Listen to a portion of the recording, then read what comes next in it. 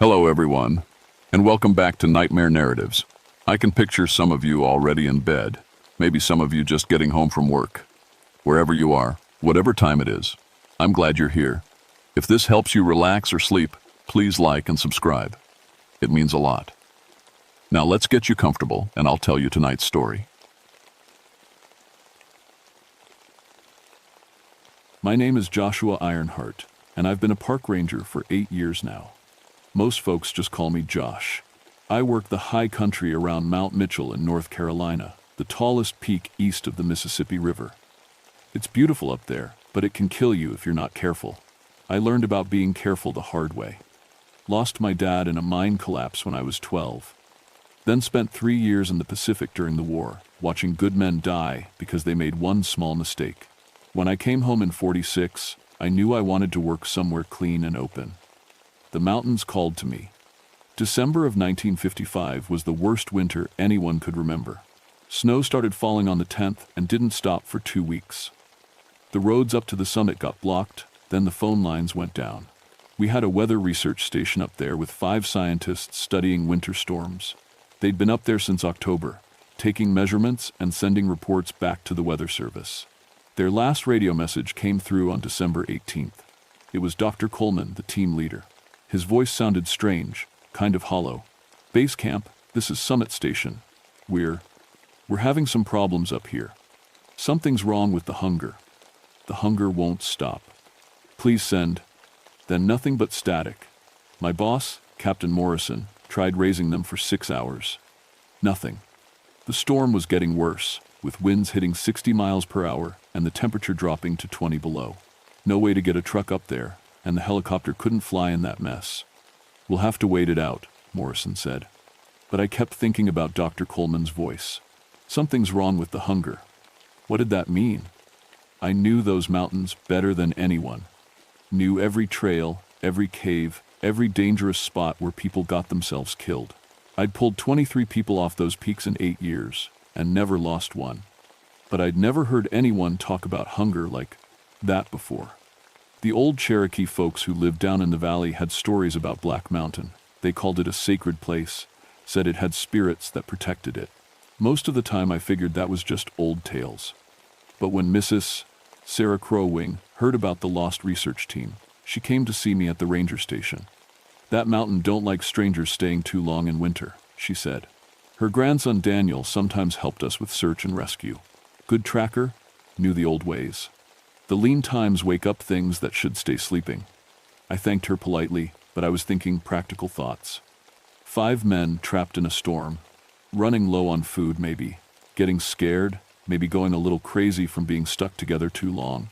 I'd seen it before. People do strange things when they're scared and hungry. But that night, lying in my bunk at the station, I kept hearing Coleman's voice in my head. Something's wrong with the hunger. Like it was alive. Like it was hunting. The storm howled outside my window, and for the first time in years, I felt afraid.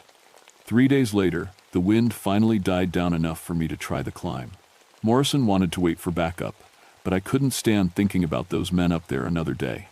I'd done plenty of winter rescues, had good gear, knew the route, and I was strong from all my years in the mountains. I started before dawn, carrying a 60-pound pack with medical supplies, emergency food, and radio equipment. The snow was 4 feet deep in places, but I had snowshoes and plenty of experience. The first few miles went fine. Cold, but not dangerous if you knew what you were doing. About halfway up, I found the first tracks. They were human footprints in the snow, but something was wrong with them. They were bare feet. No shoes, no boots, just naked human feet walking through snow that was 20 below zero. The prints were deep and clear, like whoever made them was walking. Normal and easy. But the toes looked wrong. Too long, with what looked like claw marks at the tips. I followed them for a quarter mile. They led straight up the mountain, never stopping, never hesitating. Where a normal person would have to rest or find shelter, these tracks just kept going. And there were drops of blood in the snow next to them, frozen solid and dark red. The blood wasn't scattered like you'd expect from someone hurt and stumbling. It was in perfect little circles, spaced exactly 3 feet apart, like someone was walking steady and bleeding at the same rhythm. I tried my radio. "Base camp, this is Ironheart. I'm finding some strange tracks up here.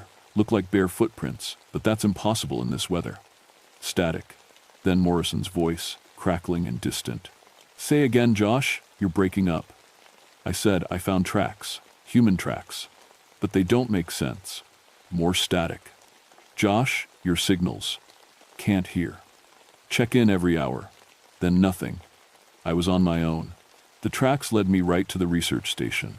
It was a solid wooden building, built to handle mountain weather. But when I got close enough to see it clearly, my stomach went cold. The front door was hanging open, moving back and forth in the wind. Snow had blown inside, covering everything in white. But that wasn't what made me stop and stare. There were things arranged in the snow around the building. Geometric patterns made of sticks and rocks and pieces of equipment, perfect circles and triangles and shapes I didn't have names for. They were too precise, too careful, like someone had spent hours making them just right, and they were made of more than just sticks and rocks. I walked closer, trying to make sense of what I was seeing. Some of the patterns were made of bones, human bones, picked clean and white, leg bones and arm bones and what looked like ribs, all arranged in perfect spirals and crosses. My hands started shaking, and it wasn't from the cold. I pulled out my pistol and moved toward the building. The snow crunched under my boots, too loud in the silence. Everything was wrong. No smoke from the chimney. No lights. No sounds of people moving around inside. Just the wind and the creak of the door swinging back and forth. Inside was worse. The research equipment was still there. Weather instruments, radios, scientific gear. But it was all arranged in the same geometric patterns I'd seen outside. Stacked and sorted with impossible precision, like someone had spent days organizing everything into perfect shapes. The furniture was pushed against the walls. In the center of the room, the floor was covered with scratches, deep gouges in the wood, like something with claws had been digging at it. The scratches formed the same spiral patterns I'd seen in the snow.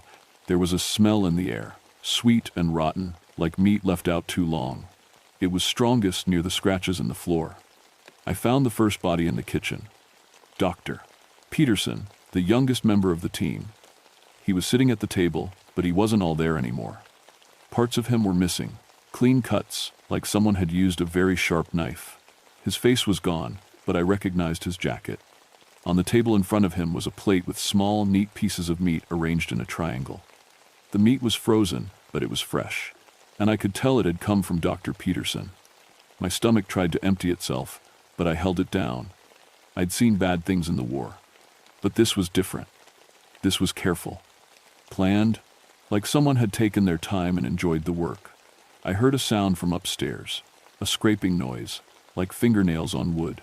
Then a voice called down to me. Josh? Josh Ironheart? Is that you? It was Dr. Coleman's voice, but it sounded wrong. Too cheerful, too excited.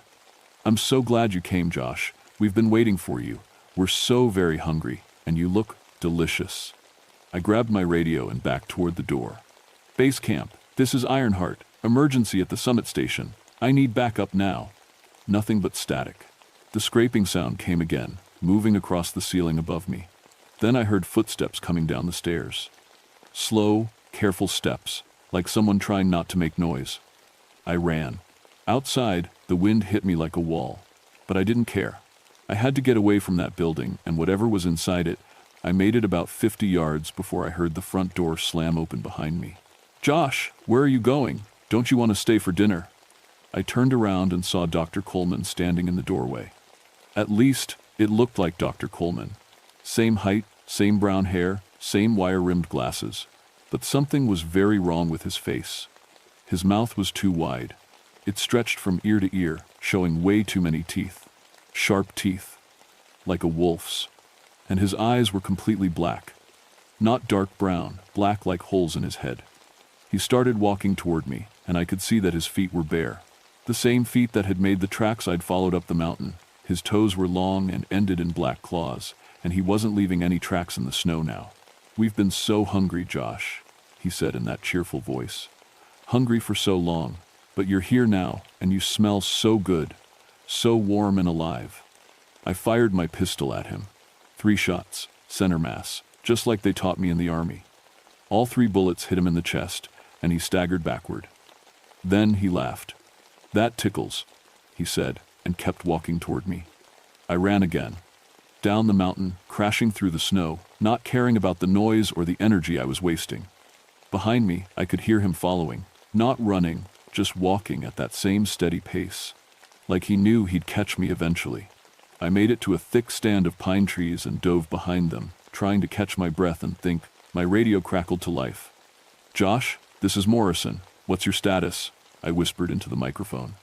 "Captain, something's very wrong up here. The research team. They're not human anymore.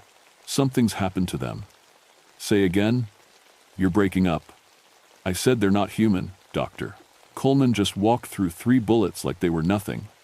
"You need to send help." Long pause. Then, "Josh, you might be getting altitude sickness. Hallucinations are common above." The radio went dead. I looked at it and saw that the battery compartment had been ripped open. The batteries were gone. "Looking for these?" I spun around. Dr. Coleman was standing 10 feet away, holding my batteries in his impossibly long fingers. He hadn't made a sound walking through the snow. "The mountain told us you were coming," he said. "It's been so long since we had fresh meat. The others are getting excited." Behind him, I could see more figures moving through the trees. 4 of them, walking in perfect formation. The rest of the research team, they all had the same black eyes, the same 2 wide mouths full of sharp teeth. I pulled out my emergency flare and lit it. The red light cast everything in a hellish glow, and the possessed men stopped walking. "Fire," one of them said. It sounded like Dr. Williams, but his voice was layered with other voices, like a whole crowd talking at once. "He has fire." They backed away from the light, but they didn't leave. They just stood there, watching me with those black eyes. I started backing down the mountain, keeping the flare between us. It was working. They were afraid of the fire. But the flare wouldn't last long, and I had only 2 more. That's when I saw the lights coming up the trail below me. Morrison and the backup team. 3 rangers with flashlights and winter gear, climbing toward us. They didn't know what they were walking into. "Stay back," I yelled down at them. "Don't come up. Here, they're not human." But the wind carried my words away, and they kept climbing. Dr. Coleman smiled with those terrible teeth. "More friends," he said. "How wonderful. We haven't had a proper feast in so long." The 4 possessed researchers spread out, moving to surround the climbing rescue team. They moved like wolves, coordinated and patient. In a few minutes, Morrison and his men would walk right into their trap. I had to choose. Stay safe with my flare, or go down and warn them. I chose the only thing I could live with. I threw the flare at Dr. Coleman and ran down the mountain, screaming warnings into the wind.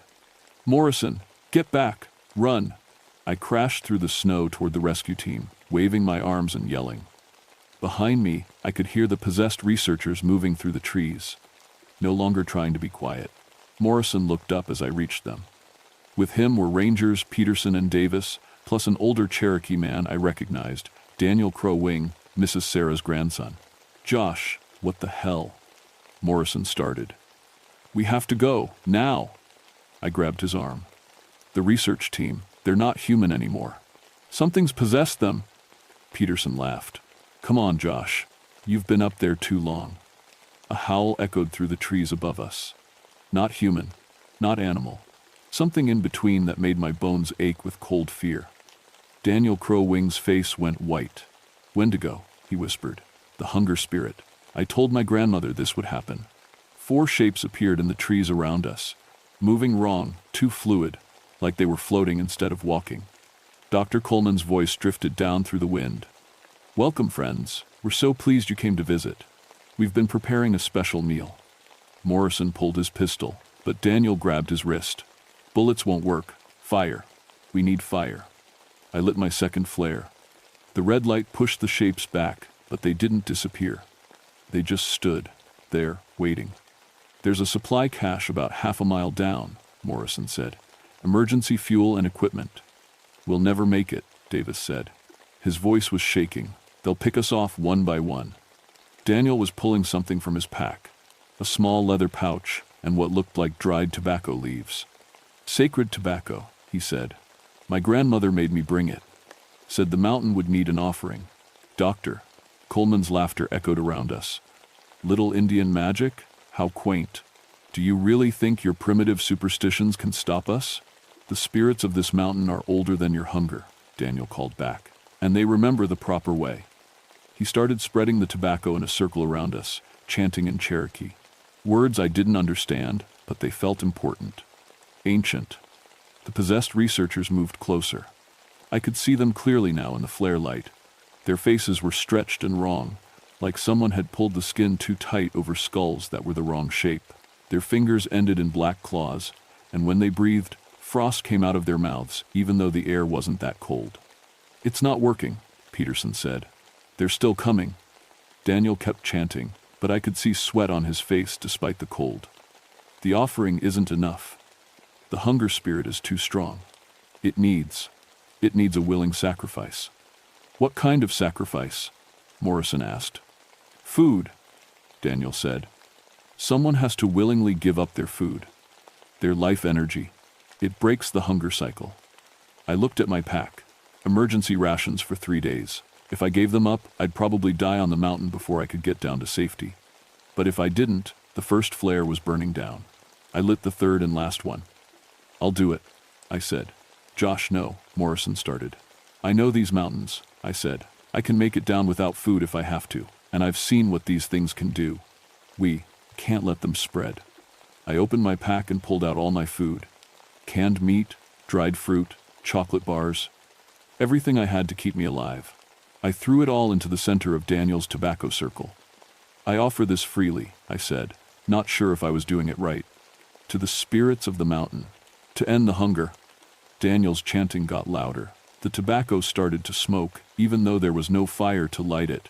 The possessed researchers screamed. All at once, like the sound was being ripped out of them.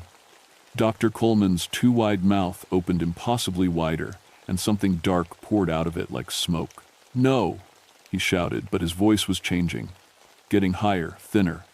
"We are so hungry. We need. The darkness rose up above the trees, taking shape. 15 feet tall, made of shadow and bone and terrible hunger. It had too many arms, too many eyes, and a mouth full of teeth that belonged to every person it had ever consumed. This was the real thing. The Wendigo, the hunger spirit that had possessed the research team. It looked down at us with eyes like black stars and spoke in a voice like winter wind. "You cannot stop the hunger. It is eternal. It is necessary.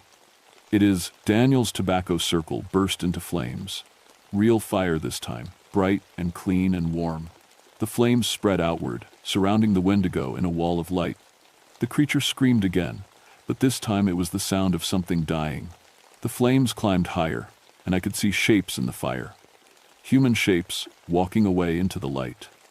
The souls of everyone the Wendigo had consumed over the years, finally free. Dr. Coleman and his team collapsed in the snow, unconscious, but breathing, human again. The Wendigo gave one last scream and dissolved into smoke that scattered on the wind. The fire died down to embers, then went out. We were alone in the silence of the mountain. 3 hours later, we had the research team down to the base camp. They were alive but unconscious, like they'd been sleeping for weeks.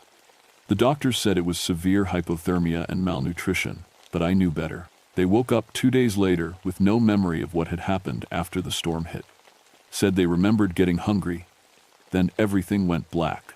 The official report listed it as a case of mass altitude sickness and cabin fever. The truth would have been too hard to explain. But I remember everything. Dr. Coleman shook my hand when they loaded him into the ambulance. "Thank you," he said quietly. "I don't know what happened up there, but I remember your voice. You saved us." Morrison put me in for a commendation. Said I'd shown exceptional bravery in extreme conditions. He never mentioned the supernatural parts in his report, but he didn't question my story either. Smart man, Morrison. Knew when to leave things alone. Daniel Crowing and I became friends after that. He taught me some of the old Cherokee ways, the proper respect to show the mountain spirits. I learned that Black Mountain had been a sacred place for hundreds of years, and that the Cherokee had always known about the hunger spirit. "It wakes up when people get too desperate," he explained. "When they've been hungry too long and start thinking about things they shouldn't think about. The mountain tries to protect itself." The research station was moved to a lower elevation. No more winter camps on the summit. The official reason was safety concerns due to extreme weather. But Daniel and I made sure the Cherokee Nation got consultation rights on any future research. I stayed on as a ranger for 15 more years. Rescued a lot more people, but never lost anyone. Maybe because I learned to listen to the mountain, to respect the old warnings. But I changed after that winter. I can feel when people are hungry now, really hungry, desperate hungry. It makes my skin crawl and my stomach turn. Mrs. Crowwing says, it's a gift from the spirits, payment for my sacrifice. A way to spot trouble before it gets too bad. I retired in 1970 and moved to a cabin near the base of the mountain. Still live there now. Still keep an eye on things. The hunger spirit is gone, but the mountain remembers. And sometimes, in the worst winter storms, I can feel something stirring up there. Something that knows the taste of human desperation. The Cherokee have a new ceremony now, one they perform every winter solstice. Daniel leads it, though he's getting old like me. They burn sacred tobacco and offer food to the mountain spirits, making sure the hunger never gets strong enough to wake up again. I always attend that ceremony, always bring my own offering, because I learned something important up there in the snow and darkness. We're all just a few missed meals away from becoming monsters. The hunger lives in all of us, waiting for the right moment to take control. The trick is feeding it the right things. Community, sacrifice, respect for the old ways, and never, ever going to Black Mountain alone in winter. Some hungers should stay sleeping.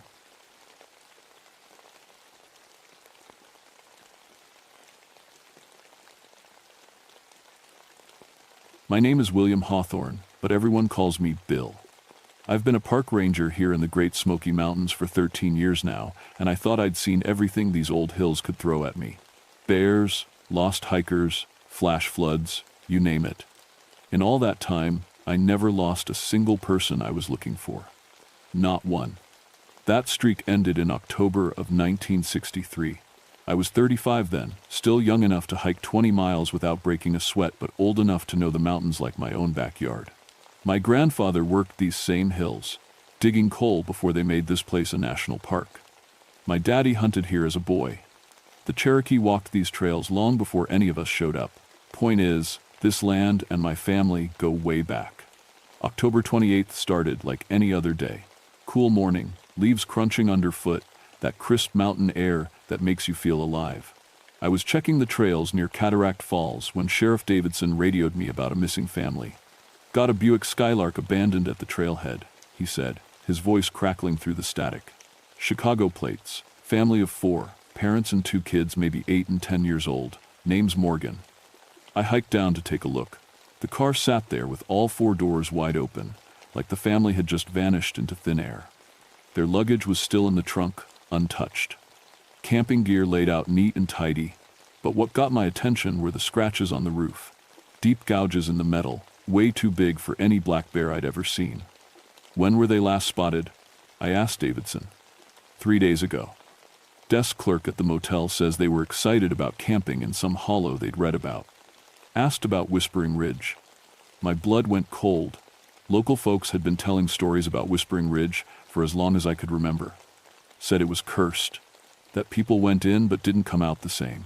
I'd always figured it was just mountain superstition, the kind of tall tales that kept tourists from wandering too far off the marked trails. Nobody goes into that hollow, Davidson continued. Least, nobody with any sense, but these city folk, you know how they are. I knew. Every year we got visitors who thought they could handle the wilderness with nothing but a pocket knife and a can-do attitude. Usually we found them within a day or two, scared but fine. This felt different, though. Those claw marks on the car roof made my skin crawl. I gathered my gear, rope, first aid kit, emergency radio, enough supplies for 3 days if needed. The trail to Whispering Ridge started easy enough, well marked and maintained for the first few miles. But as you got deeper into the mountains, the path grew narrow and wild. Past mile marker 12, my radio would be useless. I'd be on my own. The afternoon sun was already getting low by the time I reached the turnoff. Most hikers missed it completely, just a deer trail winding down into the hollow between 2 massive oak trees. But I could see fresh boot prints in the mud, adult-sized and child-sized, heading down into the darkness. I'd been in scarier places. During the war in Korea, I'd crawled through enemy territory in the dead of night. This was just a hiking trail in Tennessee. But something about that hollow made my hands shake as I checked my flashlight batteries. The trees grew thick and twisted as I descended, their branches reaching across the path like gnarled fingers. It got colder too, which made sense going downhill. But this was different. This cold seemed to seep right through my jacket and into my bones. About a mile down, I found the first sign something was wrong. The footprints just stopped. I mean that literally. 1 second I was following clear boot marks in the soft earth, 4 different sets, like I'd been tracking for the past hour. Then nothing, like the Morgan family had just floated up into the air. I knelt down and studied the ground, using every tracking skill my granddaddy had taught me. The prints didn't fade away or get covered by leaves. They ended mid-step on solid rock, clear as day. No scuff marks, no sign of struggle. Just gone. That's when I noticed how quiet it was. In 13 years of hiking these mountains, I'd never heard silence like this. No birds singing, no squirrels chattering, no buzz of insects. Even the wind had stopped moving through the trees. It was like the whole forest was holding its breath. I stood up and called out, "Hello, Morgan family, can you hear me?" My voice echoed weird in the hollow, too long, too deep, like it was bouncing off walls that weren't there. And when the echo finally died, I swear I heard something else. Real faint, almost like children laughing. My skin prickled. I pulled out my radio and tried to call Davidson, but got nothing except static. Strange thing was, the static seemed to have a pattern to it, almost like voices whispering in a language I didn't know. I pushed deeper into the hollow, following the creek bed since there was no trail to speak of. The water moved wrong too slow, too thick, like syrup instead of mountain stream water. And cold. When I knelt to fill my canteen, the water was so cold it burned my fingers. That's when I saw them. Toys scattered along the creek bank. A little girl's doll, a toy truck, some kind of wooden whistle, but they weren't thrown around random-like. Someone had arranged them in a perfect circle, each toy pointing toward the center where a child's red sneaker sat all by itself. I'd seen enough missing person cases to know this wasn't normal. Kids don't stop to arrange their toys in geometric patterns when they're lost and scared. Someone else had done this. Or something else.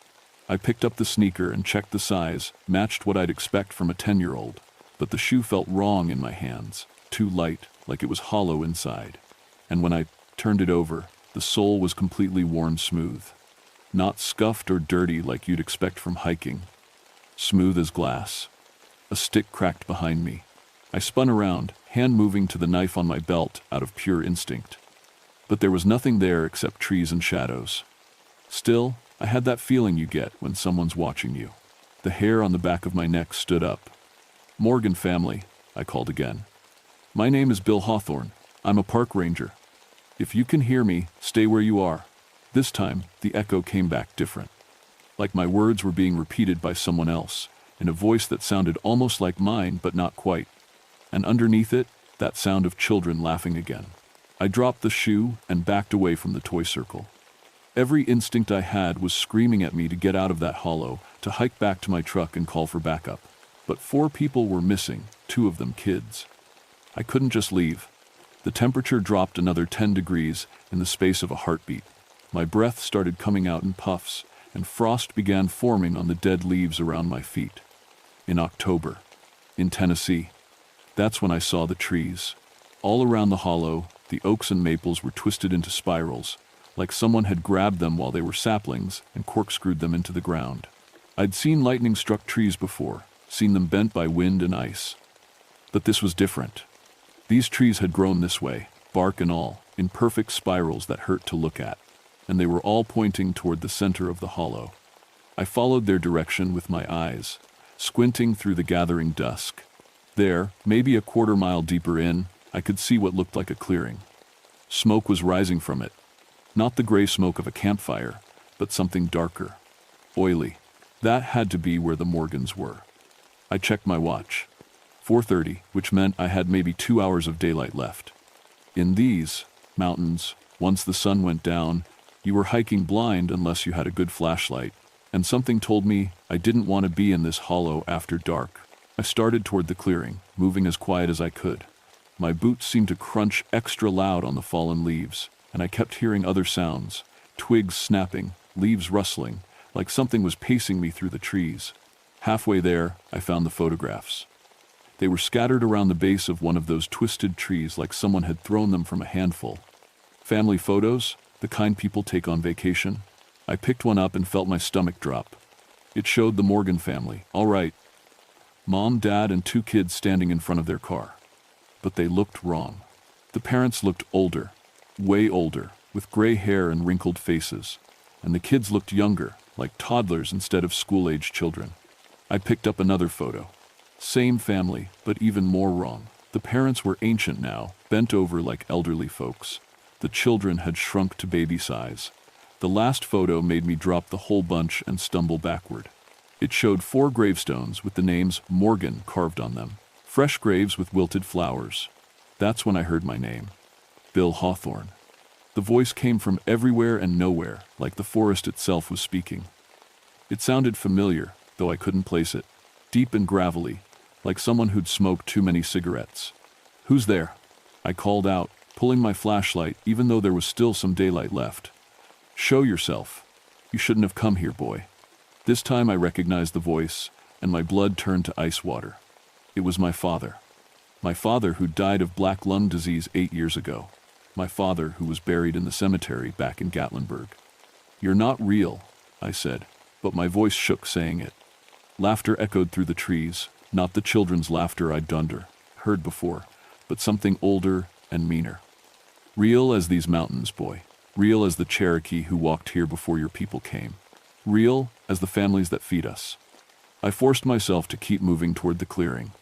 Had to be some kind of trick, maybe someone playing games with me, but my hands were shaking so bad I could barely hold my flashlight steady. The clearing opened up in front of me just as the sun touched the ridgeline. It was bigger than I'd expected, maybe 50 yards across, ringed by those twisted trees. In the center sat the ruins of what looked like an old cabin, who was there like just a stone foundation and a crumbling chimney now. And around the foundation I saw them, 4 figures sitting in a circle, perfectly still. The Morgan family. Even from a distance, I could tell something was terribly wrong with them. They sat too straight, too perfect, like dolls positioned by a child.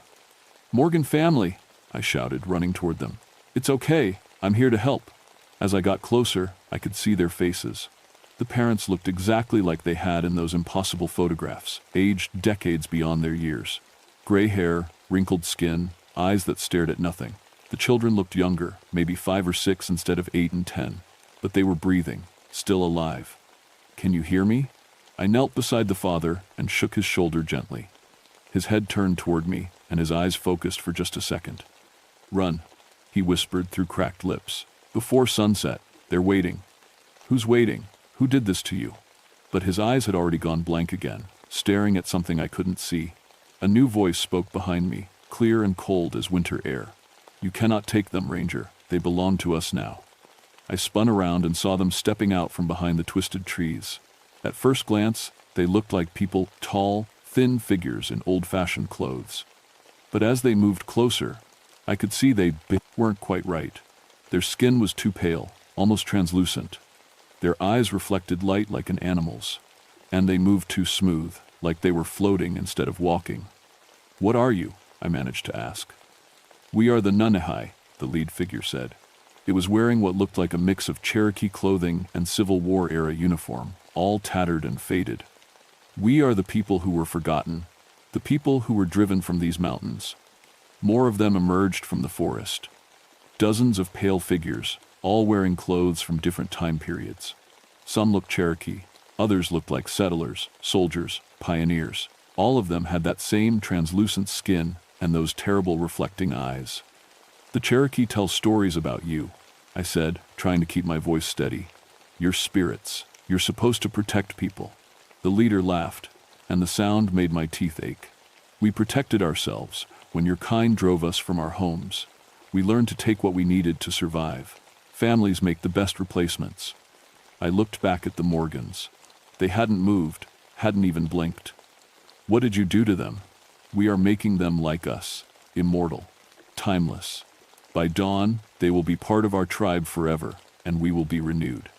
The sun was halfway below the ridge now, maybe an hour of light left. The children will become young again, innocent and pure, the leader continued. The parents will become elders, wise and knowing. They will forget their old lives and remember only us.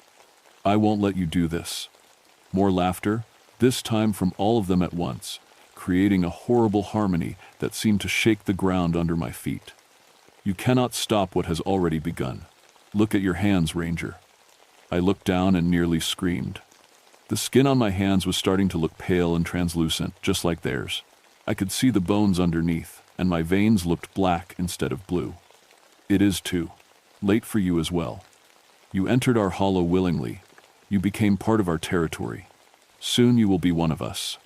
That's when I remembered what Jimmy Caldwell had told me about Cherokee legends. Not the tourist-friendly stories they told around campfires, but the real ones his grandmother had whispered to him as a child. The Nunnehay could be fought. They had rules, limitations. They were tied to specific places and specific times. And they feared certain things. I pulled out my ranger badge, solid iron, stamped with the National Park Service seal. The moment I held it up, the Nunnehay leader hissed and stepped back. Iron, I said. You don't like iron, do you? Clever. The leader spat. But iron will only delay us. You cannot protect them and yourself with one small piece of metal. He was right. There were too many of them, and they were spreading out around the clearing, cutting off any escape route. The sun was almost gone now, and I could feel whatever they'd done to me getting stronger. My whole body felt cold and strange. But I'd learned a few things in Korea about being outnumbered and outgunned. Sometimes you don't try to win. Sometimes you just try to survive long enough for help to arrive. I reached into my pack and pulled out the emergency flare I always carried. Standard park ranger equipment, designed to signal for help from miles away. But it would do more than signal tonight. You said you don't like loud noises either, I said, and pulled the pin. The flare exploded like a miniature sun, filling the clearing with brilliant red light and a scream of sound that echoed off the mountains. The Nunnehay shrieked and scattered, their translucent forms seeming to flicker and fade in the harsh light. But they didn't disappear completely. As my eyes adjusted, I could see them regrouping at the edge of the tree line, waiting. Bill Hawthorne! I spun toward the sound and nearly cried with relief. Jimmy Caldwell was crashing through the underbrush at the edge of the clearing, his ranger uniform torn and muddy. Behind him came an old Cherokee man I'd seen around town but never met. Jimmy! Thank God, how did you find me? When you didn't check in, we followed your trail. Jimmy panted, reaching my side. This is Samuel Crow Feather. He insisted on coming when he heard where you'd gone. The old Cherokee man stepped forward, his weathered face grim in the fading light. He was carrying a leather bag and what looked like a bundle of herbs. You should not have come here alone, he said quietly. This is a thin place, a place where the world of spirits touches our world. Can you help them? I pointed to the Morgan family, who still sat motionless around the old foundation. Samuel knelt beside the father and placed his hand on the man's forehead. He spoke something in Cherokee, words that seemed to hang in the air like smoke. The man's eyes flickered and focused for a moment. They are caught between worlds, Samuel said. But the change is not complete. There is still time. A cold wind swept through the clearing, carrying voices that whispered in languages I didn't recognize. The Nunnehay were moving closer again, their pale forms visible between the twisted trees. They're coming back, Jimmy said, his voice tight with fear. I could see his hands shaking as he reached for his radio. We need backup. Radio won't work here, I told him. And backup couldn't get here in time anyway. Look. The sun had disappeared completely now. The only light came from our flashlights and the dying flare. And in that light, we could see dozens of pale figures emerging from the forest. The ritual must be completed by dawn, Samuel said, pulling items from his leather bag. If we can delay them until sunrise, the spirits will lose their power over these people. How long until dawn? Jimmy asked. I checked my watch, though the hands seemed to be moving wrong. Maybe 10 hours. Can we hold them off that long? Samuel was arranging tobacco and other herbs in a circle around the Morgan family. Not hold them off, drive them back. But I need time to complete the protection ritual. The Nunnehay leader stepped forward, and I could see him more clearly now. He was tall, maybe 8 feet, and his clothes shifted and changed as I watched. One unit sometimes Cherokee buckskin, sometimes a Confederate uniform, sometimes settlers homespun. His face was gaunt and pale, with eyes that held all the sadness and anger of a people driven from their homeland. "You cannot protect them, old man," he said to Samuel. "They came to our territory willingly. They are ours by right."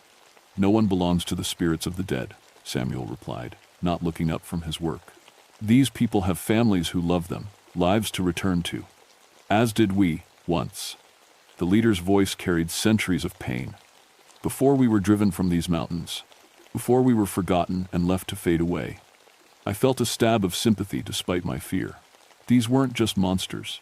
They were people who had suffered, who had died, who had been lost and forgotten by history. "I understand your pain," I said, "but this isn't the way. Taking innocent families won't bring back what you lost." "Will it not?" The leader smiled, showing teeth that were too sharp and too white. "Every family we take makes us stronger, more real. Soon we will have enough power to reclaim what was stolen from us." The other Nunehai were forming a circle around us now, their numbers growing as more emerged from the darkness. Some looked like Cherokee warriors, others like Civil War soldiers, still others like pioneer families. All of them bore the pale, translucent look of the dead. "How many?" Jimmy whispered. "Too many," I replied, gripping my iron badge like a weapon. Samuel stood up from his ritual circle, tobacco smoke rising around him. "The protection is in place, but it will not hold long against so many spirits. Then we need to even the odds." I pulled out my pack and started distributing everything I had that might help. "Jimmy, you still carry that old Zippo your granddad gave you?" "Yeah, but what good is a lighter gonna do? It's not the flame, it's the metal. They don't like iron, remember?" I pulled out my camping gear. "Steel tent stakes, aluminum pots, anything metal, we make a stand here." But even as I spoke, I could feel the temperature dropping again. The Nunehai were drawing closer, and their presence seemed to suck the warmth right out of the air. My breath came out in puffs now, and frost was forming on the ground around us. Worse, I could feel that strange coldness spreading through my body again. Whatever they'd done to me when I entered their territory, it was getting stronger. "Bill," Jimmy said quietly, "your hair." I reached up and felt my hair. It was turning white, not gray, but pure white, like an old man's. "The transformation," Samuel said grimly. "It affects anyone who stays too long in their presence. You must leave. Now." "I'm not leaving these people." "Then we fight." The old Cherokee man reached into his bag and pulled out what looked like an old military knife. My grandfather's blade, iron and steel, blessed with tobacco smoke and eagle feathers. The Nunehai leader raised his hand, and all the pale figures stepped forward as one. "Enough. You will give us what is ours, or we will take you all." That's when I heard it, the sound of running water, getting louder and closer. At first I thought it might be the creek rising, but then I realized what was happening. "The beaver dam," I said. "Jimmy, you still got those road flares in your pack?" "3 or 4. "Why?" "There's a beaver dam about a quarter-mile upstream. These spirits are tied to this place, right? What happens if we flood it?" Samuel's eyes lit up with understanding. "Running water. It breaks their connection to the land. Can you hold them here for 10 minutes? The old man looked at the growing circle of pale figures and nodded grimly. "I can try." I grabbed 2 flares from Jimmy's pack and started toward the creek. The Nunehai moved to intercept me, but Samuel began chanting in Cherokee, and his voice seemed to push them back like a physical force. "Go!" he shouted. "Quickly!" I ran through the darkness, following the sound of water, stumbling over roots and rocks, but driven by pure desperation. Behind me, I could hear Samuel's voice rising and falling, and the angry whispers of the spirits as they pressed against whatever protection he'd created. The beaver dam was right where I remembered it, a solid wall of sticks and mud backing up the creek into a sizable pond. I pulled the pins on both flares and jammed them into the base of the dam, then started kicking and tearing at the structure with my bare hands. The dam gave way all at once. Water roared down into the hollow like a freight train, carrying everything in its path. I barely made it to high ground before the flood hit the clearing where we'd made our stand. The effect on the Nunehai was immediate and devastating. The moment the running water touched the old cabin foundation, they began to scream, "Ai Ti Nai," not with their voices, but with something deeper and more terrible. Their pale forms flickered like candle flames in the wind, growing fainter and more transparent. "What is happening to us?" the leader cried out, his form already starting to fade. "You are returning to the spirit world where you belong," Samuel called back, still maintaining his protective circle around the Morgan family. "This place is no longer yours." One by one, the spirits began to disappear, pulled away by forces I couldn't see or understand. Some went quietly, fading like morning mist. Others fought it, screaming their rage and pain into the night. The leader was the last to go. As the water swirled around his feet, he looked directly at me with those terrible reflecting eyes. "This is not over, Ranger. There are other thin places in these mountains, other families who will wander where they should not go. Then I'll be watching for them," I said. He smiled one last time, that sharp-toothed grin that had haunted my nightmares ever since. "You are marked now. Part of you will always belong to us."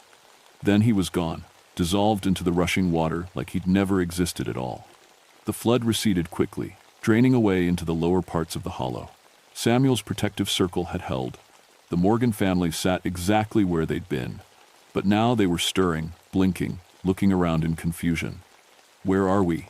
the father asked, his voice hoarse but human again. The terrible aging was already fading from his face. "You're safe," I told him. "We're getting you out of here." It took us 3 hours to hike them back to the trailhead, moving slow and careful in the darkness. The children didn't remember anything after leaving their car 3 days ago. The parents had vague memories of being lost, of cold and whispers in the night, but nothing clear. By the time we reached the parking area, the sun was coming up over the mountains. The Morgan family was taken to the hospital for observation, and the official report listed their condition as exposure and dehydration. Nobody mentioned the Nuneahi or the hollow or what had really happened down there. But I knew, and Samuel knew, and somewhere in the back of their minds, the Morgan family knew too. 6 months later, I got a letter from Mrs. Morgan. She said the family was doing well, had moved to a nice suburb outside Chicago, but she mentioned something strange. Both children had started speaking Cherokee fluently, even though they'd never learned it. And sometimes, on quiet nights, she could swear she heard the sound of running water even though they lived nowhere near a stream. As for me, my hair stayed white from that night forward. Pure white, like I'd aged 30 years and 30 minutes. The doctor said it was shock, but I knew better. The Nuneahi leader had been right. Part of me would always belong to them. I still work these mountains, still rescue lost hikers and campers. But now I pay attention to the old Cherokee warnings, the stories the mountain folk tell their children. I've learned which hollows to avoid, which trails lead to places where the spirits still walk. And sometimes, on nights when the moon is dark and the wind carries voices from the deep places, I remember that there are other thin places in these mountains, other families who might wander where they shouldn't go. When that happens, I check my gear, make sure my radio batteries are fresh, and head out into the darkness, because somebody has to watch. Somebody has to stand between the living and the hungry dead. My name is William Hawthorne. I'm a park ranger in the Great Smoky Mountains, and I've never lost anyone I was looking for. Not anymore.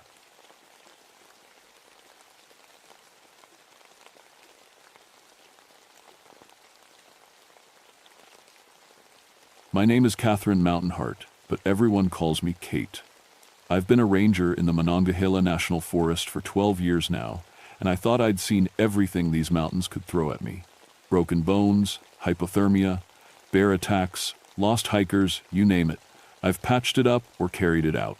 I learned how to handle trauma during my time as a nurse in Vietnam, and those skills served me well out here in the backcountry. But nothing, absolutely nothing, prepared me for what happened at Widow's Peak in October of 1983. It started on a Tuesday morning when the call came through on my radio. A group of day hikers had found a young woman at the overlook, unresponsive. I grabbed my medical kit and headed up the trail, figuring it was probably exposure or maybe a diabetic emergency. The autumn colors were at their peak, the mountainside a riot of reds and golds, but there was something off about the air that morning. Too still, too quiet. I found her sitting on the ground near the cliff edge, staring at nothing. The hikers who'd called it in were standing about 20 feet back, like they were afraid to get too close. "She won't talk," one of them said. Won't move. We tried to help her, but... I knelt down next to the woman. She looked young, maybe 25, but something was wrong with her appearance. Her skin had this papery quality, like old tissue. Her hair was completely white. Miss, can you hear me? I touched her shoulder gently. She was ice cold. That's when she turned to look at me, and I almost fell backward. Her eyes were ancient. Not tired or sick, ancient, like she'd lived 100 years in those eyes. The mothers are calling their children home, she whispered. Her voice sounded like dried leaves scraping together. I checked her pulse.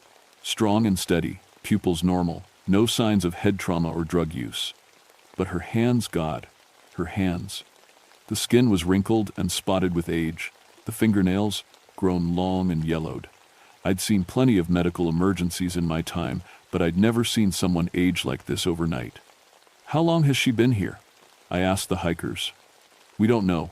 We found her like this, maybe 20 minutes ago. I radioed for a helicopter evacuation and wrapped the woman in a thermal blanket. While I waited, I noticed things about the overlook I'd never paid attention to before. The trees nearest the cliff edge were dying, their leaves brown and brittle, even though it was only mid-October.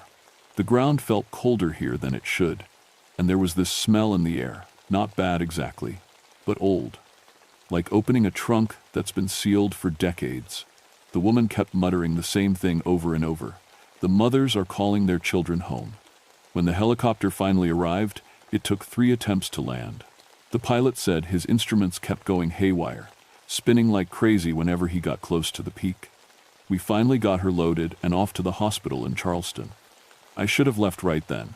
Should have hiked back down and written it off as some weird medical thing the doctors would figure out. But I couldn't shake the feeling that something was deeply wrong with this place.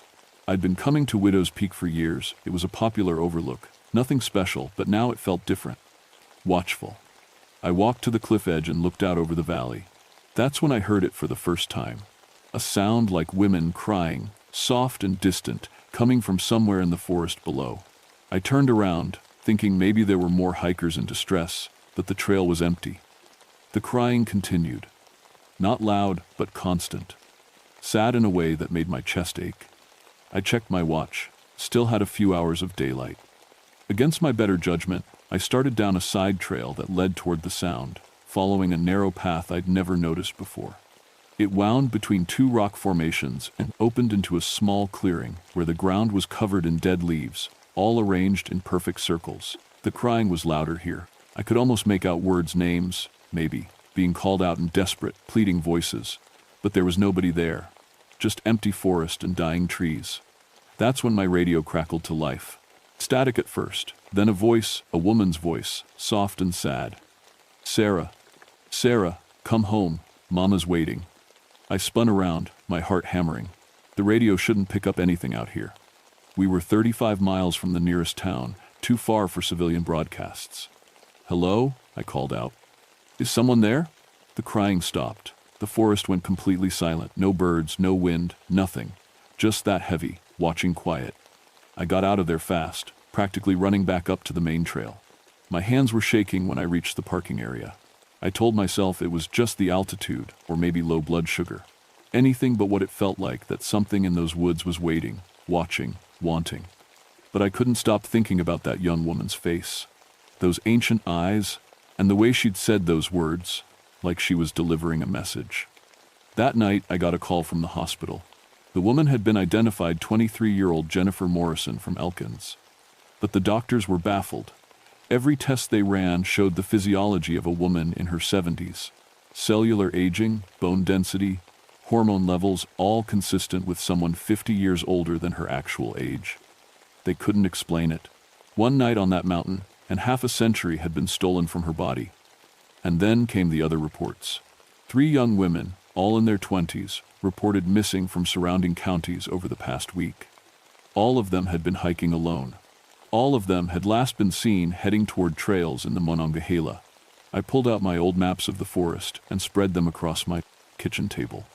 Started marking locations of missing persons reports from the past decade. A pattern emerged, a cluster of disappearances, all within a 10-mile radius of Widow's Peak. I'd heard the stories, of course. Local legends about the place. During the Civil War, It had been a gathering spot for widows who'd lost husbands and sons in the fighting.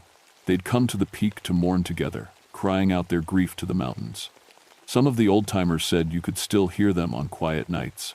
But those were just stories. Ghost tales to scare tourists, weren't they?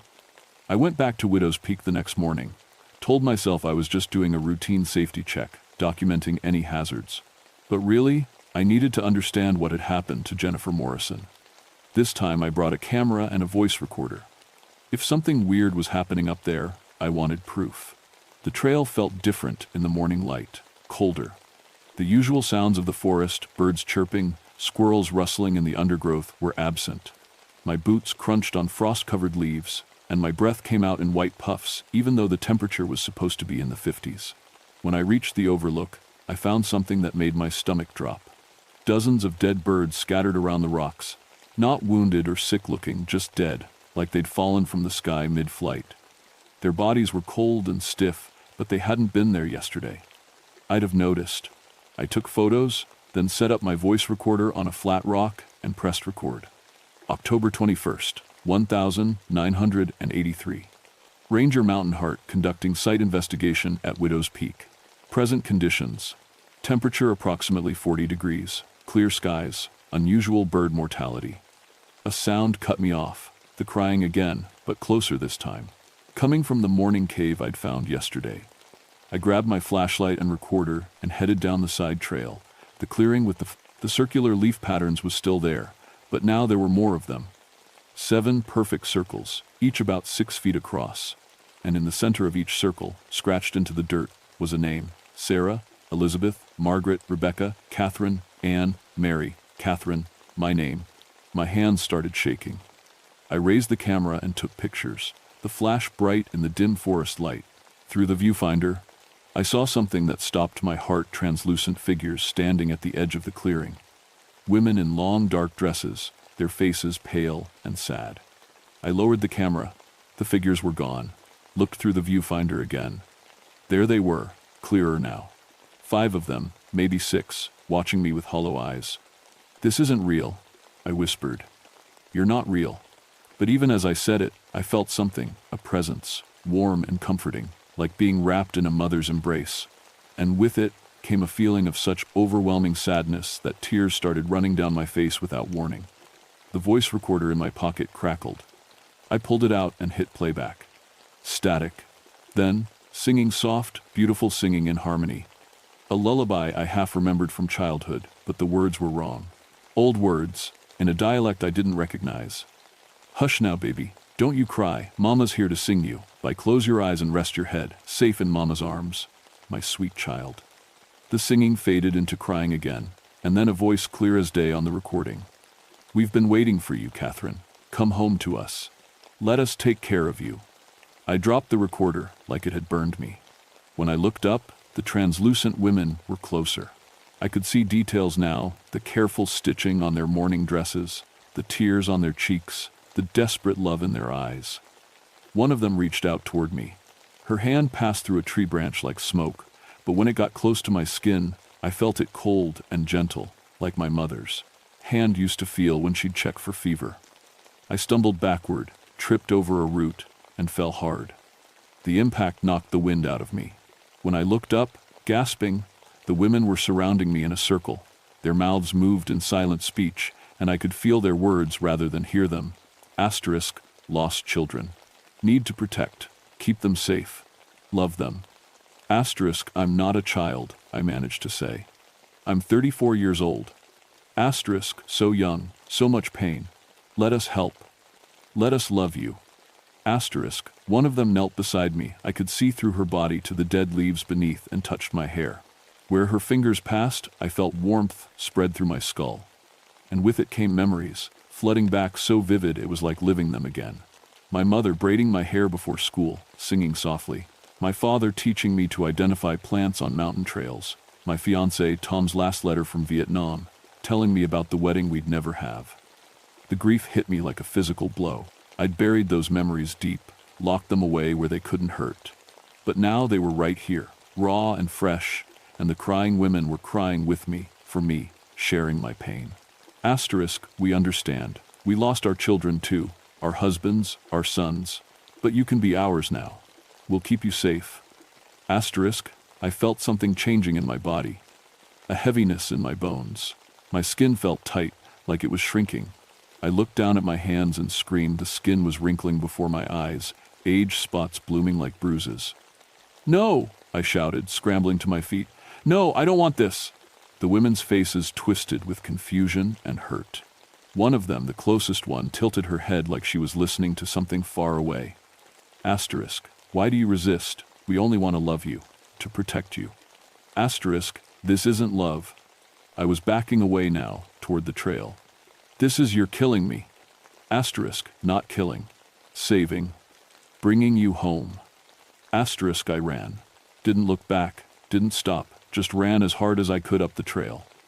Behind me, I heard them calling not with words, but with pure emotion. Sadness, confusion, yearning, the sound of mothers watching their children run away. When I finally burst out of the tree line onto the main trail, the feeling lifted. My hands looked normal again, but I could still feel them out there, waiting in the forest, watching, wanting. I made it back to my truck and locked the doors, even though I knew locks wouldn't stop what I'd just seen. My camera and recorder were still in my pack. With shaking hands, I reviewed the photos. Every single one showed the women, clear as day, standing in circles, reaching out, their faces full of desperate maternal love. The recording was worse. Hours of it, lullabies, crying, names being called in, pleading voices, and underneath it all, a conversation between the spirits, talking about their lost children, about how long they'd been waiting, about how the young women who came to the peak reminded them of their daughters, gone to war and disease 100 years ago. They weren't trying to hurt anyone, they were trying to save them, protect them, love them. But their love was killing people. I drove straight to park headquarters and requested an emergency meeting with my supervisor. Spread the photos and audio recording across his desk. Told him everything. He listened, his face growing more concerned with each word. When I finished, he was quiet for a long moment. Kate, he finally said, you've been through a lot. Vietnam, losing your fiancé, maybe this job, being alone out there so much. I'm not crazy, I interrupted. Look at the evidence. Listen to the recordings. He did, and I watched his face change as the lullabies played, as the crying filled his office. He stared at the photos of the translucent women for a long time. We need to bring in specialists, he said quietly. This is beyond park, service jurisdiction. By that afternoon, we had a team assembled. Dr. Maria Santos, a psychologist who specialized in mass trauma events. Dr. James Patterson, a medical examiner from Charleston, who'd been studying Jennifer Morrison's case. Tom Bradley, our search and rescue coordinator. And Rebecca Crow Mother, a Cherokee elder who'd served as a cultural consultant for the Park Service for 20 years. We met in the conference room. I laid out everything, the recordings, the photos, the pattern of disappearances, Jennifer Morrison's impossible aging. The room was silent when I finished. Rebecca spoke first. My grandmother told me stories about that place. She called it where the mothers weep. Said it was sacred ground, but also dangerous. After the war, your Civil War, Cherokee women went there too. It became a gathering place for all mothers who'd lost children. The grief was so strong, it left a mark on the land itself. You're saying this is some kind of spiritual phenomenon? Dr. Patterson looked skeptical. I'm saying that grief, when it's strong enough and shared by enough people, can change a place. Make it hungry for what it lost. Dr. Santos leaned forward. The psychological profile fits. These entities, whatever they are, they're demonstrating attachment behavior. Maternal bonding attempts. They're not malicious. They're trying to nurture, to protect. By aging people to death, I said, they may not understand what they're doing. To them, the aging process might seem like protection, like keeping their adopted daughters safe by moving them through life quickly, past all the dangers of youth. Tom Bradley cleared his throat. We've got 3 women still missing. If what you're saying is true, they could be up there right now, undergoing this process. That's when my radio crackled. Ranger Mountain Heart, we've got a situation. Multiple hikers reporting strange activity at Widow's Peak. Women's clothing found, abandoned near the overlook. No sign of the hikers themselves. We mobilized immediately. 5 of us piled into 2 trucks and headed up the mountain road. The sun was setting, painting the sky blood red. As we climbed higher, the temperature dropped fast. Frost formed on the windshield, even though it was only 6 p.m. We parked and hiked in together, flashlights cutting through the gathering dark. The forest was completely silent. No insects, no wind, nothing. At the overlook, we found 3 backpacks and piles of clothing arranged in neat circles. Running shoes, jeans, t-shirts, all empty, as if their owners had simply vanished out of them. "They're in the morning cave," I said. "That's where the spirits are strongest." Rebecca nodded. "We need to go to them, tonight. If we wait until morning, those women will be lost forever." Dr. Patterson checked his medical kit. "If this is really happening, if these spirits are causing accelerated cellular aging, there may not be anything I can do to reverse it. But we have to try," Dr. Santos said. She looked at me. "Kate, you've made contact with them. They responded to you. You might be the only one who can reach them." My hands were shaking. I remembered the feeling of aging, my skin wrinkling and tightening, the warmth of their touch that promised comfort but delivered death. "They think they're helping," I said slowly. "They think they're saving these women from pain. We need to make them understand that they're not." We started down the side trail to the morning cave. Our flashlights barely penetrated the darkness, and the temperature kept dropping until I could see everyone's breath in white clouds. The clearing was full of them now, dozens of translucent women in morning dress, arranged in circles. And in the center, alive but changing, were 3 young women. I recognized one of them from a missing persons report, Sarah Kendrick, age 26. Her hair was streaked with white.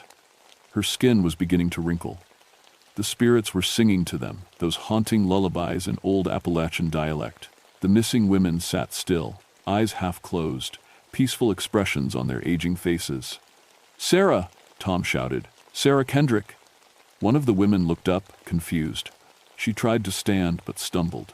A spirit rushed to her side, steadying her with translucent hands. The touch made Sarah gasp, and I saw more white spread through her hair. "We have to stop this now," Dr. Patterson said, stepping forward. The spirits turned toward us as one. Their faces showed no anger, only concern. One of them, the same one who'd touched me before, floated forward. "Asterisk, why do you disturb us? These children are hurt. They need our love."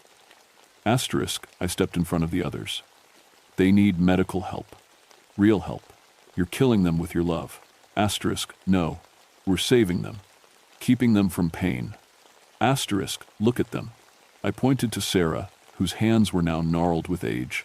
"You're taking their lives away. They're dying." The spirit looked back at the 3 women. For the first time, something like doubt crossed her translucent face. Asterisk, "But we've lost so much. Our babies, our husbands. We only want to protect them, to keep them safe, as we couldn't keep our own children safe." Asterisk, Rebecca stepped forward and began speaking in Cherokee, her voice rising and falling in ritual cadence. The spirits turned toward her, listening. Some of them began to cry harder. "What's she saying?" Dr. Santos whispered to me. "She's honoring their sacrifice, telling them their grief is seen and respected. But she's also telling them that their love has become a trap, that true love means letting go."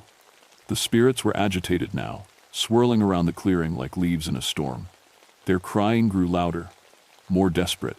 I felt their anguish in my chest, the unbearable pain of mothers who'd lost everything, who'd been waiting for over a century to have someone to love again.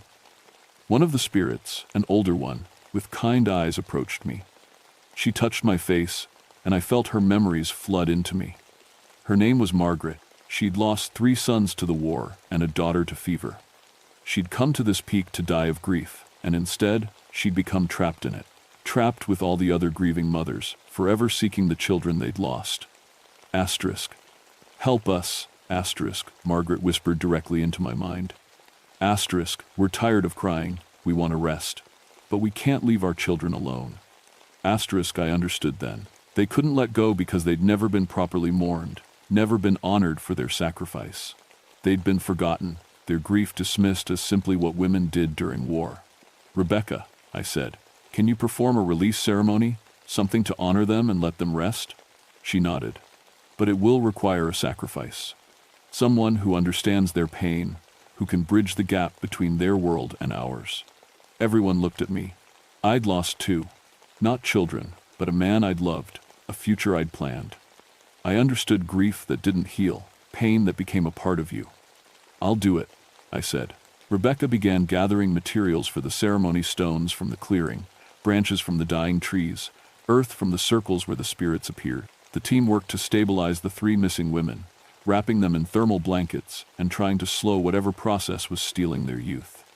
But the spirits were growing more agitated. They swirled around us, their crying reaching a fever pitch. More of them were appearing, drawn by the disturbance.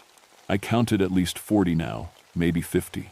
All of them reaching out, seeking comfort, desperate for connection. Asterisk. Don't take our children away. Asterisk, they pleaded. Asterisk. We've been alone so long. Please don't leave us alone again. Asterisk. Rebecca worked quickly, arranging the materials in a pattern I didn't recognize. She motioned for me to stand in the center. You'll be the bridge, she said quietly. You'll carry their grief and help them understand that they can rest. But Kate, this won't be easy. You'll feel everything they've felt, all of it at once. Will it kill me?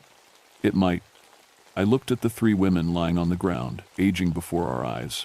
At Tom and Dr. Patterson, desperately trying to save them. At the spirits, so desperate and alone after more than a century of waiting.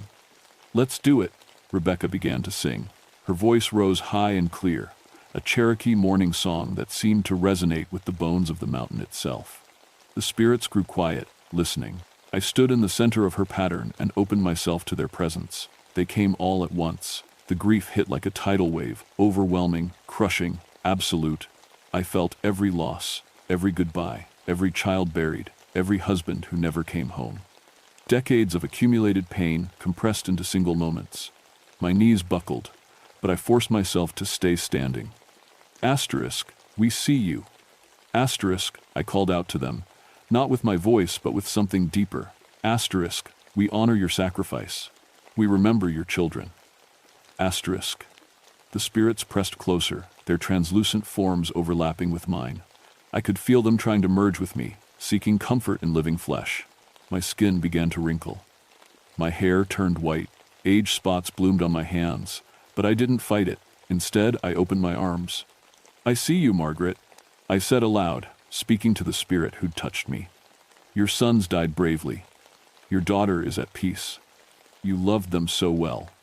Margaret's crying grew softer. I see you, Elizabeth. Your husband gave everything for a cause he believed in. You waited for him with such hope. I see you, Sarah. Rebecca. Catherine. Anne. Mary. All of you. Every mother who came to this peak to mourn. Your grief matters. Your love matters. You're not forgotten. The aging process accelerated. I was 70 now, 80. My bones ached, my vision blurred, but I kept speaking, naming them, honoring them, giving them what they'd been seeking for over a century: recognition. Rebecca's singing grew louder, and she switched to English. Mothers of sorrow, mothers of loss, your vigil is ended, your burden will cross, rest now in peace. Your children are free, your love lives eternal in mountain and tree. The spirits began to glow brighter. The crying changed, it was still sad, but there was relief in it now. Release. Doctor. Santos stepped forward. We'll build a memorial here, she called out. A place where people can come to remember you, where your names will be spoken and your sacrifice honored. You won't be forgotten. The glowing intensified. I felt the spirits beginning to let go, their desperate grip loosening. But they were still afraid. Asterisk. What about our children? Asterisk, Margaret asked. Asterisk. Who will protect them? Asterisk. They'll protect themselves, I said, my voice cracking with age. You raised them strong. You loved them enough. Now you have to trust that your love was enough to carry them through. For a long moment, nothing happened. The spirits hovered, uncertain. Then, one by one, they began to fade. But not all of them. Some remained, including Margaret. She floated close to me, her translucent hand resting on my weathered cheek. Asterisk. One last thing, asterisk, she said. Asterisk. Let us give you a gift. You've carried our grief, let us share our love. Asterisk. Before I could respond, she pressed her hand to my chest. Warmth flooded through me, not the terrible heat of aging, but something else, something pure. I felt my own grief begin to shift, to soften. The pain of losing Tom, the trauma from Vietnam, the loneliness I'd carried for so long, it was still there, but it didn't hurt the same way. It felt like someone had helped me carry it. The spirits who remained touched me one by one, each adding their gift. And as they did, they were giving me what they'd learned in a century of mourning. The ability to carry grief without being destroyed by it. The power to heal others by honoring their pain. When the last spirit touched me, they all finally faded. The clearing grew silent, empty. I collapsed. I woke up 3 days later in the Charleston hospital. My first thought was that I'd be ancient, withered, dying, but when I looked at my hands, they were different. Older than they'd been. I looked about 45 now instead of 34, but not destroyed. The aging had stopped. Somehow, it had reversed partially when the spirits released me. Dr. Patterson was sitting by my bed. "You're awake. Good, you've had quite a few visitors." "The missing women?" "Stabilized. Sarah Kendrick looks about 40 now, but she's alive and healthy. The other two are similar. Whatever process those spirits started, it stopped when you completed that ceremony." I sat up slowly. Everything ached, but in a way that felt almost good, like I'd been carrying a heavy weight for years and finally put it down. "Rebecca?" "She's fine. Already started organizing the memorial project. She's been working with Cherokee Nation representatives and the Park Service. They're going to create a proper monument at Widow's Peak, something to honor all the women who mourned there." Over the next few weeks, I learned the full scope of what had happened. The 3 women we'd rescued had partial memory of their experience. They described it as feeling loved, protected, but also trapped, like being smothered by affection. They were getting counseling, learning to cope with their new older bodies. Jennifer Morrison, the first victim I'd found, had stabilized too. She'd aged to about 65 and would stay that way. The doctors couldn't explain it. They'd written papers about it, calling it acute supernatural cellular acceleration, but nobody really understood, except me, and Rebecca, and the others who'd been there that night. The Park Service wanted to close Widow's Peak permanently, but Rebecca convinced them otherwise. "This is sacred ground," she argued. "It needs to be protected, honored, but not sealed away. The spirits have found peace, but their story needs to be told." So they built the memorial. A beautiful stone structure with plaques bearing the names of every woman and child lost during the Civil War in that region. Rebecca performed a dedication ceremony, and I swear I felt them there, the spirits watching, approving, finally at rest. But something had changed in me. The gift the spirits gave me was real. I found I could sense grief in others, could feel their pain, and help them carry it. My medical work improved because I understood my patients in a way I never had before. It was like having a sixth sense for emotional wounds. Dr. Santos called it empathic enhancement. The Government Medical Research Division called it something else, supernatural psychological integration, and wanted to study me. I declined. Some things aren't meant to be dissected and explained. I still work at Monongahela, still hike the trails and help lost hikers.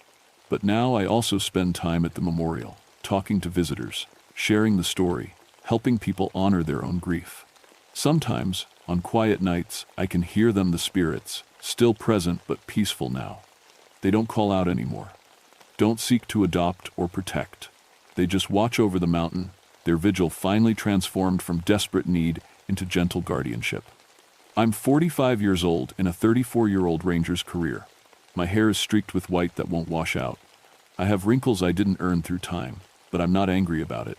Those 11 stolen years bought peace for dozens of spirits and saved 3 women's lives. Fair trade. Last month, Rebecca told me about similar reports from other Civil War sites throughout Appalachia. Other places where grief soaked into the land and never left. Other spirits still waiting, still mourning, still seeking comfort. Someone should help them, she said, looking at me meaningfully. I thought about it. About spending my career not just healing physical wounds, but spiritual ones too. About using this strange gift the spirits gave me to bring peace to other places haunted by grief. Yeah, I finally said. Someone should. The mountains are full of ghosts. Most of them just want to be seen, to be remembered, to know their love mattered. I can do that now. I can help them rest. It's a good purpose for a nurse who came back from war, for a ranger who thought she'd seen everything. Turns out, I'd seen nothing at all. But now I see them clearly, the mothers, the widows, the grieving, and I honor them. And in honoring them, I've learned to honor my own grief too. To carry it without being crushed by it. Tom would have liked that, my mama too. Sometimes, late at night, when I'm alone at my ranger station, I hear them singing. Those same lullabies the spirits sang, but peaceful now, comforting. And I sing along, my voice joining theirs across the distance between life and death, carrying the melody forward into whatever comes next. The wailing has stopped at Widow's Peak, but the love remains. And that, I've learned, is what matters most.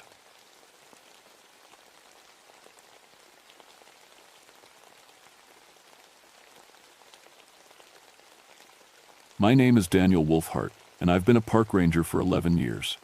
In all that time, I thought I'd seen everything these mountains could throw at me. Bears, wildcats, lost hikers, even the occasional poacher. But nothing prepared me for what I found at Cranberry Glades in November of 1974. The call came in on a Tuesday morning while I was checking my gear. Static crackled through the radio before Jim's voice cut through. "Dan, we got a situation at the bog. Hunting party went missing 3 days ago. Need you to take a look." I knew the area well. Cranberry Glades sits 50 miles from the nearest road, a maze of acidic bogs and thick spruce forest that most folks avoid. The Cherokee who lived here before white settlers came called it the place where spirits hunt. Even now, the local Cherokee won't go near it during hunting season. Growing up with my Cherokee grandmother after my parents died, I'd heard the stories, but 11 years in these woods, plus my time in Vietnam with special forces, taught me that most mysteries have simple answers. Rabid animals, hunters getting turned around, maybe someone falling through thin ice. Nothing a good tracker couldn't figure out. The hike to their last known camp took me 4 hours through thick forest. The November air bit at my face, and frost crunched under my boots. Everything seemed normal until I reached the clearing where they'd set up. The camp looked like a bomb had gone off. 8 tents were shredded to ribbons. Sleeping bags hung from tree branches 20 feet up. A massive oak tree had claw marks carved deep into its bark, hame, but these marks went 15 feet high. No bear could reach that far, even standing on its back legs. But the rifles bothered me most. All 8 hunting rifles were twisted into spirals, like someone had heated the metal and wound it up like rope. The barrels pointed toward the bog in perfect formation, as if they were warning signs.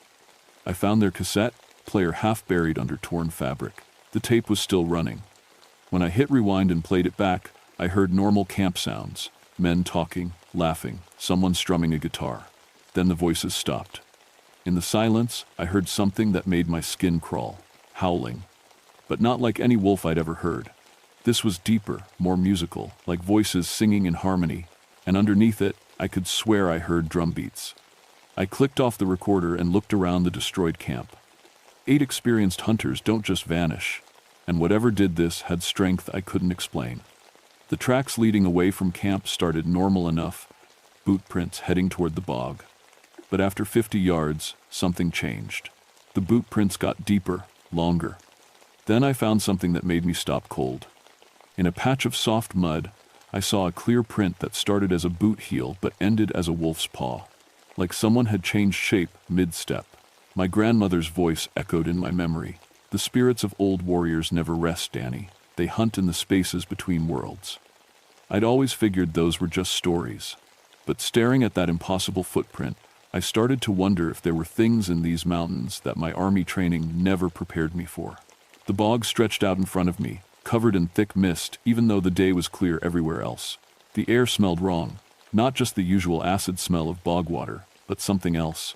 Something that reminded me of gunpowder and old blood. I checked my radio, but got nothing but static. My compass spun like a broken toy. Even my watch had stopped working. As I stood at the edge of that ancient bog, I felt eyes watching me from the mist.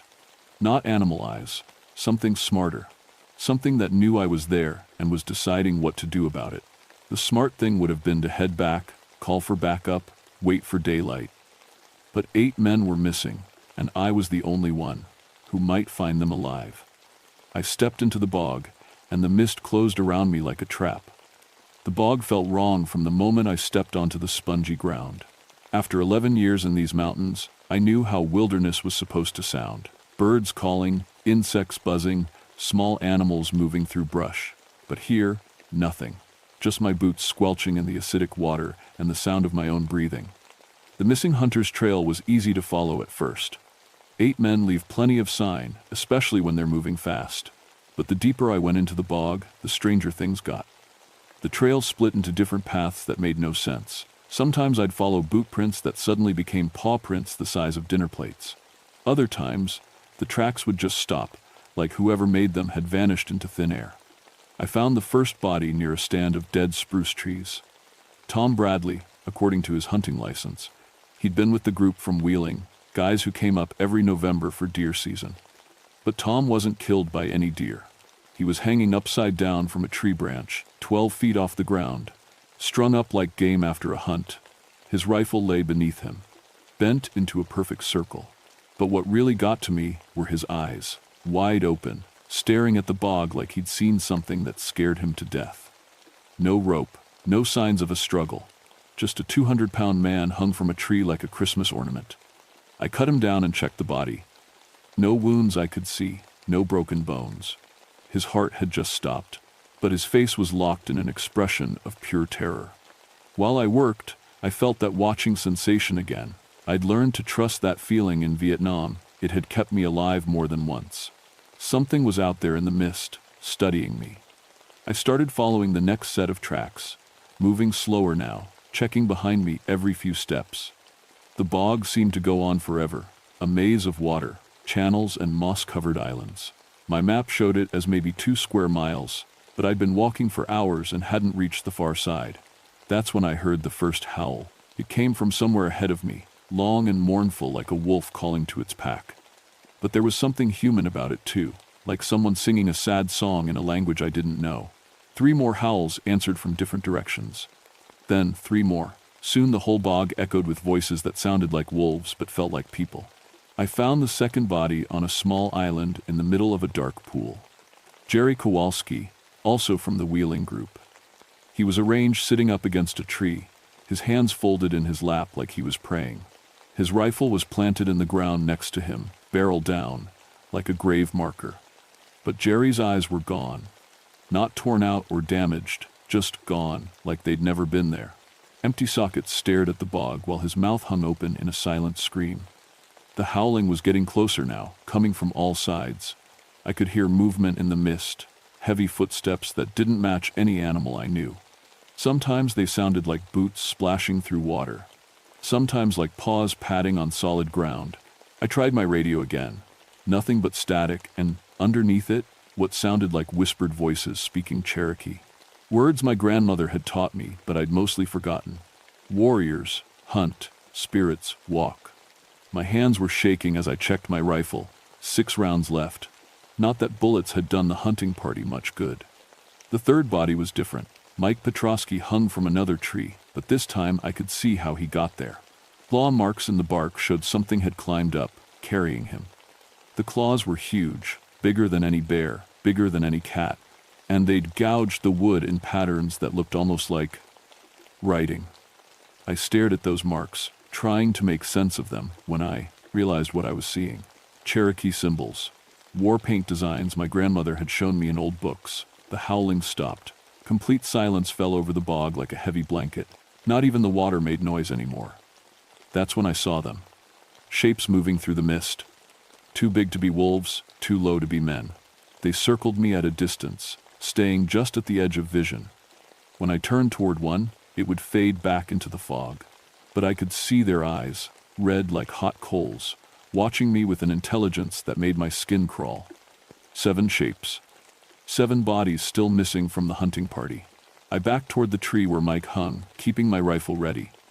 The shapes moved closer, and I caught glimpses of what they really were. Wolves, but wrong. Too big, walking sometimes on 4 legs, sometimes on 2. Their fur looked like it was made of mist and shadow. And their faces looked human, like men wearing wolf masks or wolves wearing human expressions. One of them stepped into a patch of clearer air, and I got my first good look. It stood 7 feet tall on its hind legs, covered in dark fur that seemed to move even when there was no wind. Its hands ended in claws as long as kitchen knives. But its eyes were the worst part. Human eyes full of pain and rage and something that might have been sadness. It opened its mouth and spoke. Not howled. Spoke. You smell of war. The voice was like gravel and wind, barely human, but definitely words. It tilted its head, studying me like I was a puzzle it was trying to solve. You know the old ways. More shapes emerged from the mist. 7 wolf things, each one unique but all carrying the same aura of wrongness. They moved like a military unit, coordinated and disciplined. Like a pack, but also like a squad. We hunt those who bring death to sacred ground. The leader stepped closer, and I saw war paint on its face, red and black stripes that seemed to glow in the dim light. Cherokee war paint. My grandmother's stories came flooding back. Warriors who died in battle, their spirits trapped between worlds, hunting forever in the spaces where the living and dead touched. But these weren't just any warriors. They were Cherokee, killed defending their land, turned into something between wolf and man by their rage and pain. And they thought I was just another hunter bringing violence to their sacred bog. The pack leader circled me slowly, and I finally understood what I was dealing with. These weren't just animals or spirits. They were Cherokee warriors, transformed by death and rage into something between wolf and human. And they were hunting. I'm not here to hunt, I said, keeping my voice steady. I'm looking for the missing men. The wolf thing that had spoken cocked its head. Missing? They brought guns, brought death energy to sacred hunting ground. It gestured toward the trees where I'd found the bodies. They became what they brought. Hunters. Hunted. The other 6 spread out in a perfect circle around me. Military precision, even in their transformed state. These had been warriors in life, and death hadn't changed their tactics. My grandmother was Cherokee, I said, hoping it might matter.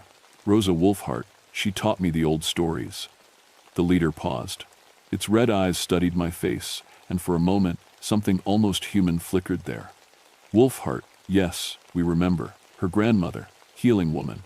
Why does her blood carry weapons into sacred space? Before I could answer, new sounds echoed across the bog. Voices, human voices, calling to each other through the mist. My heart sank as I realized what was happening. Another hunting party was entering the bog. The wolf spirits heard it too. Their heads snapped toward the sound, and their lips pulled back in snarls that showed teeth like white knives. The leader's eyes blazed brighter. More hunters, more death energy. The hungry time begins. They melted back into the mist like they'd never been there. But I could feel them moving, spreading out to surround the new arrivals.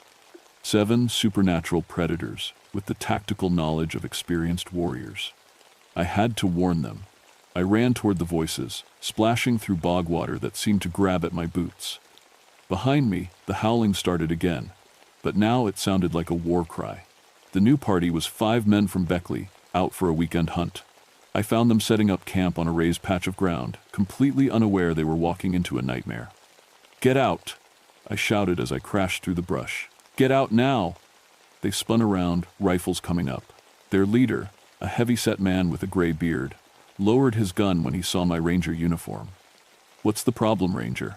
"There's something in this bog that's killed 8 men. We need to leave immediately." Graybeard laughed. "Come on, what is it, bear? We can handle a bear." That's when the howling started again. But this time, it came from all around us, a coordinated sound that rose and fell like a battle song. The 5 hunters looked around nervously as the mist began to thicken. "That's not a bear," one of them whispered. The temperature dropped 20 degrees in seconds. Our breath came out in white puffs, and frost began forming on the trees around us.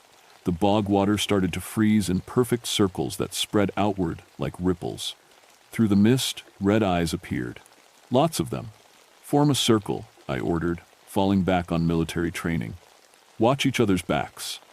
The hunters were too scared to argue. We stood back to back in a tight group while shapes moved through the fog around us. Sometimes I saw them clearly, massive wolf-like forms with human intelligence and Cherokee war paint. Sometimes they were just shadows and glowing eyes. What are they? Graybeard's voice cracked. Cherokee warriors, I said. Spirits trapped in this bog. They think we're here to hunt on sacred ground. One of the younger hunters, barely out of his teens, started praying. The Latin words seemed to make the wolf spirits angry. Their howling got louder, more aggressive. That's when they attacked. The first one came out of the mist like a freight train. 7 feet of muscle and fur and claws, moving faster than anything that size should move. It hit Graybeard before he could raise his rifle, claws raking across his chest. The man screamed and went down. His rifle fired into the air as he fell, the bullet disappearing into the fog. I put 3 rounds into the creature's chest. The bullets passed right through it like it was made of smoke. It turned toward me, and I saw Graybeard's blood on its claws. Iron cannot harm. Spirit warriors, it growled. We are beyond your weapons. The other hunters were firing wildly now, bullets flying in all directions.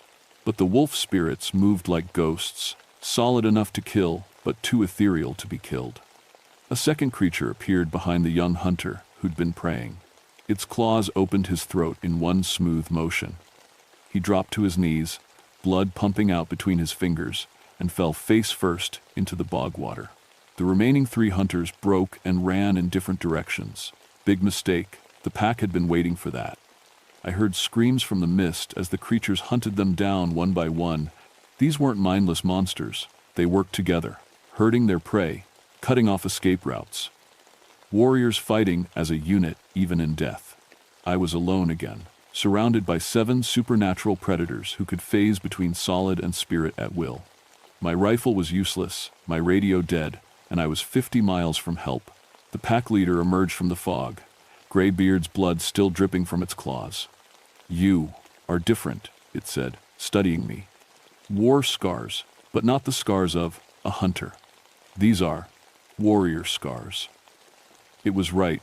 The scars on my arms and chest came from Vietnam, from fighting for my country and my brothers in arms, not from killing animals for sport.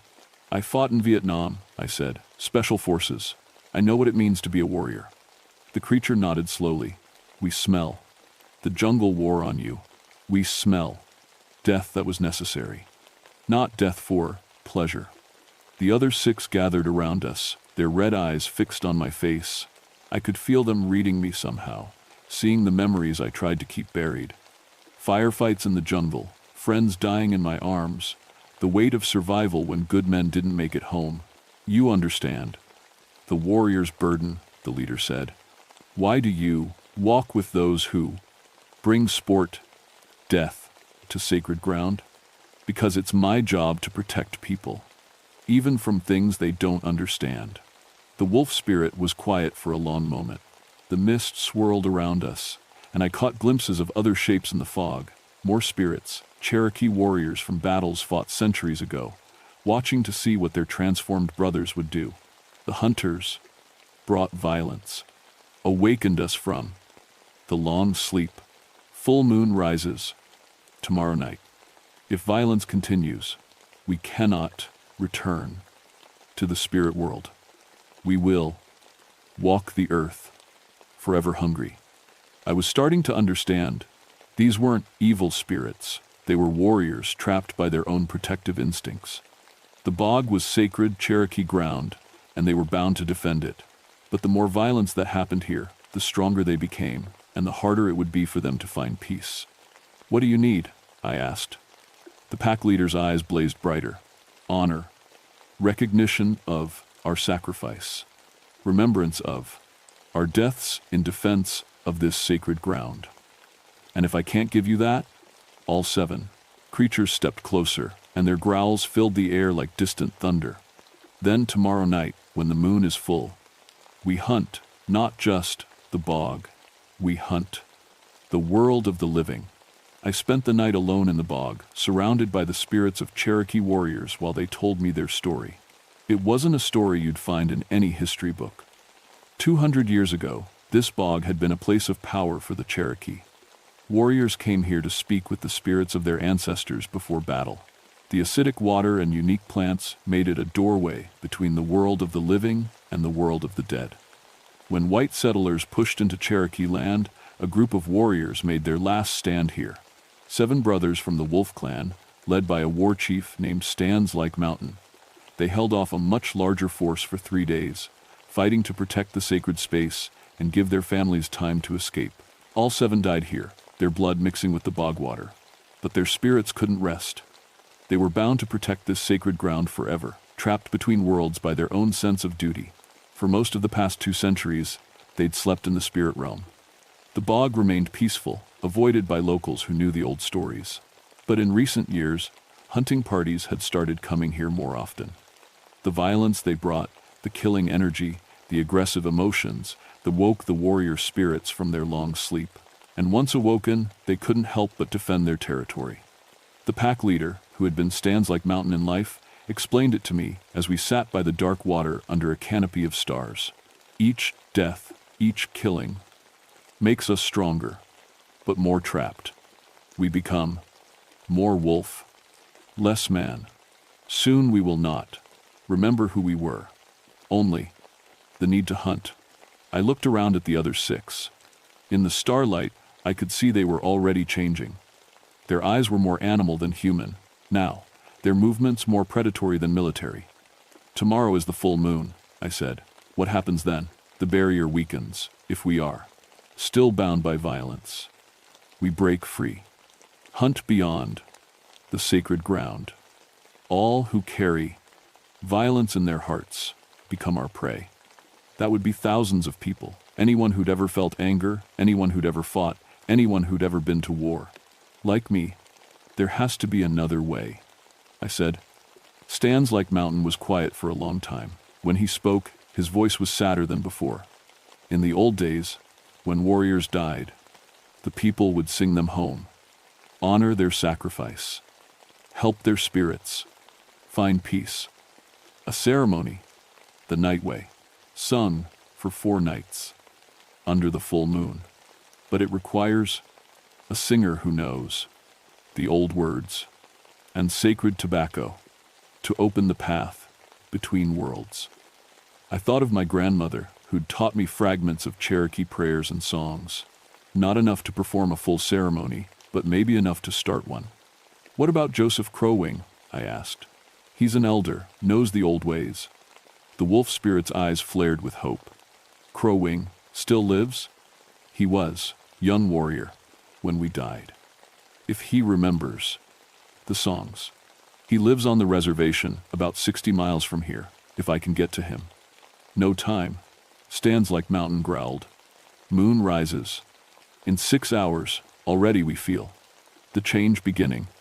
Around us, the other 6 spirits were pacing restlessly. Their forms seemed less stable, flickering between wolf and human shapes. One of them was starting to look more like a real wolf than a spirit warrior. The tobacco, I said. Where can I find sacred tobacco? Must be freely given by one who honors our sacrifice. Cannot be taken or bought. Must be to offering of respect. I thought about that. Sacred tobacco wasn't something you could pick up at a store. It had to come from someone who understood its spiritual significance, someone who knew the Cherokee ways. Then I remembered something. In my truck, parked at the trailhead, I had a small pouch my grandmother had given me before she died. Sacred tobacco she'd grown herself, blessed in the old way, meant to be used for prayers. I have tobacco, I said. My grandmother's. She said to use it when I needed to speak to the spirits. Stands Like Mountain stared at me with those burning red eyes. Rosa Wolfhart's sacred tobacco? Yes, that would open the path. But I don't know all the songs. I can't perform the ceremony alone. You are her blood. You carry warrior spirit. Speak from the heart. Honor our sacrifice. Help our spirits. Remember who we were. The eastern sky was starting to lighten. Dawn was coming, and with it, the final day before the full moon would trap these spirits in their wolf forms forever. I stood up, feeling the weight of what I had to do. 7 Cherokee warriors were counting on me to help them find peace. If I failed, they'd become permanent predators, hunting the living world forever. "I'll need to get to my truck," I said. "Get the tobacco and try to contact Joseph Crowwing. We will protect you, guide you through the bog. But hurry. We feel ourselves changing." The journey back through the bog was like nothing I'd ever experienced. The 7 wolf spirits moved around me like an honor guard, their forms flickering between warrior and beast. They knew every path, every safe route through the treacherous water and hidden sinkholes. As we traveled, I could feel their struggle. They were fighting to hold on to their humanity, to remember who they'd been in life. Sometimes one would stumble and drop to all fours, looking more like a real wolf than a person. The others would help him up, remind him of his name, keep him focused on their mission. By the time we reached the edge of the bog, the sun was profligate, fully up. The spirits began to fade in the daylight, but I could still feel their presence. "Tonight," Stands Like Mountain whispered, his voice barely audible, "when the moon rises full, be ready." Then they were gone, melted back into the mist like they'd never been there. I ran for my truck, hoping I wasn't too late to save them, and everyone else they might hunt if I failed. I reached Joseph Crowwing just as the sun was setting. The old Cherokee elder listened to my story without interruption, his weathered face grave in the lamplight of his small house. "I remember them," he said when I finished. "Stands Like Mountain and his brothers. My grandfather told me stories. Brave warriors died protecting the sacred place. Can you help them? Do you know the Nightway ceremony?" Crowwing was quiet for a long time, staring into the fire burning in his fireplace. Outside, the moon was beginning to rise, huge and silver and full. "I know fragments. Some songs my grandfather taught me, but the full ceremony, that knowledge died with the old ones." My heart sank. "Then we can't help them?" The elder stood and walked to an old wooden chest in the corner. From it, he pulled a bundle wrapped in deerskin, a pipe, eagle feathers, and other sacred objects. "We can try," he said. "Sometimes, the spirits help those who honor them with pure hearts. Your grandmother's tobacco, my grandfather's songs. Maybe it will be enough." We drove back to the bog in his old pickup truck, the sacred items between us on the seat. As we got closer to the trailhead, the temperature began to drop. Frost formed on the windshield, even though it was only October. "They're waking up," Crowwing said. "The full moon calls to them." We parked and hiked into the bog by moonlight. I led the way to the small island where I'd spoken with Stands Like Mountain the night before. The mist was thicker now, glowing silver in the moonlight, and I could hear movement in the darkness around us. Red eyes appeared in the fog, 7 pairs, watching us approach. "They're here," I whispered. Crowwing nodded and began unpacking his bundle. He built a small fire on the island and arranged the sacred objects around it. Then he looked at me. "The tobacco," he said. I opened my grandmother's pouch with shaking hands. The tobacco inside was dark and fragrant, carefully prepared according to old traditions. As I sprinkled it on the fire, sweet smoke rose into the night air. The wolf spirits moved closer, drawn by the scent. In the firelight, I could see they were more wolf than human now. Massive creatures with glowing eyes and 2 smart faces. But when the tobacco smoke reached them, something changed. For a moment, I saw them as they'd been in life. 7 Cherokee warriors in traditional dress, proud and strong and human. Crowwing began to sing in Cherokee, his voice old but still powerful. Words I didn't understand but somehow felt in my bones. Songs of honor and sacrifice, of warriors who gave everything to protect what they loved. The spirits began to howl along with his singing. Not the threatening howls I'd heard before, but something mournful and beautiful, like a funeral song. "Speak to them," Crowwing said between verses. "Tell them they're remembered. Tell them their sacrifice was honored." I stepped closer to the fire, looking at each spirit in turn. "Stands Like Mountain, warriors of the Wolf Clan, I see you. I remember your sacrifice." The largest spirit, their leader, stepped into the firelight. He was still mostly wolf, but his eyes were human again. "We remember now," he said, his voice clearer than before. "We were warriors. We died, protecting our people. Your people survived because of your sacrifice," I told him. "Your families escaped. Your children lived to have children of their own. You saved them." The other 6 moved closer to the fire. As the tobacco smoke surrounded them, their wolf forms began to flicker. I caught glimpses of the men they'd been young and old, tall and short, but all with the bearing of warriors. "But the anger," one of them said. "The need to hunt and kill, it's so strong." "Because you were good warriors," Crow Wing said, adding more tobacco to the fire. "Your protective instincts were strong in life. They kept you trapped after death." He began another song, this one about letting go, about spirits finding their way to the next world. The wolf spirits began to change more quickly now, shifting between animal and human forms.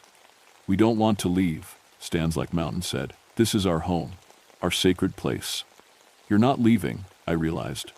"You're going where you belong, to the spirit world, where you can watch over this place without being trapped by it."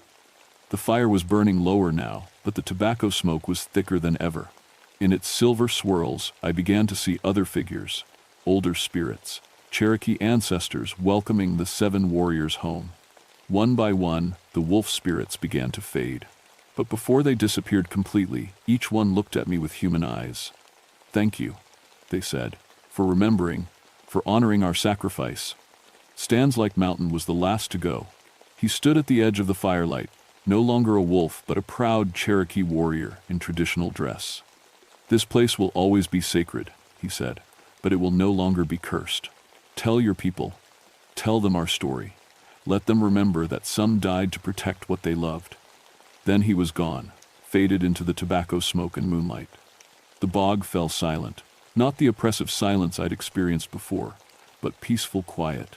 Natural sounds returned, water lapping against the shore, night birds calling, small animals moving through the brush. "It's over," Crow Wing said, packing up his sacred objects. "They're at peace now." I scattered the remaining tobacco on the water and watched the smoke drift away in the night breeze. Somewhere in that smoke, 7 Cherokee warriors had found their way home at last. 3 months later, the federal government designated Cranberry Glades as a Cherokee memorial site. Joseph Crow Wing worked with the Park Service to put up a marker telling the story of Stands Like Mountain and his 6 brothers. Their sacrifice is remembered now, honored by all who visit this sacred place. I still work these mountains, still get calls about strange things in the wilderness, but I understand now that some mysteries can't be solved with tracking skills and military training. Sometimes you need the old wisdom, the traditional ways, the knowledge that my grandmother tried to teach me. The bog is peaceful now. Hunters can pass through safely as long as they show respect for the land and the spirits who died protecting it. But sometimes, on nights when the moon is full and the mist rises from the acidic water, visitors report seeing 7 figures standing guard at the edge of the bog. Not threatening now, just watching, making sure their sacred ground stays safe, and I sleep better knowing they're there.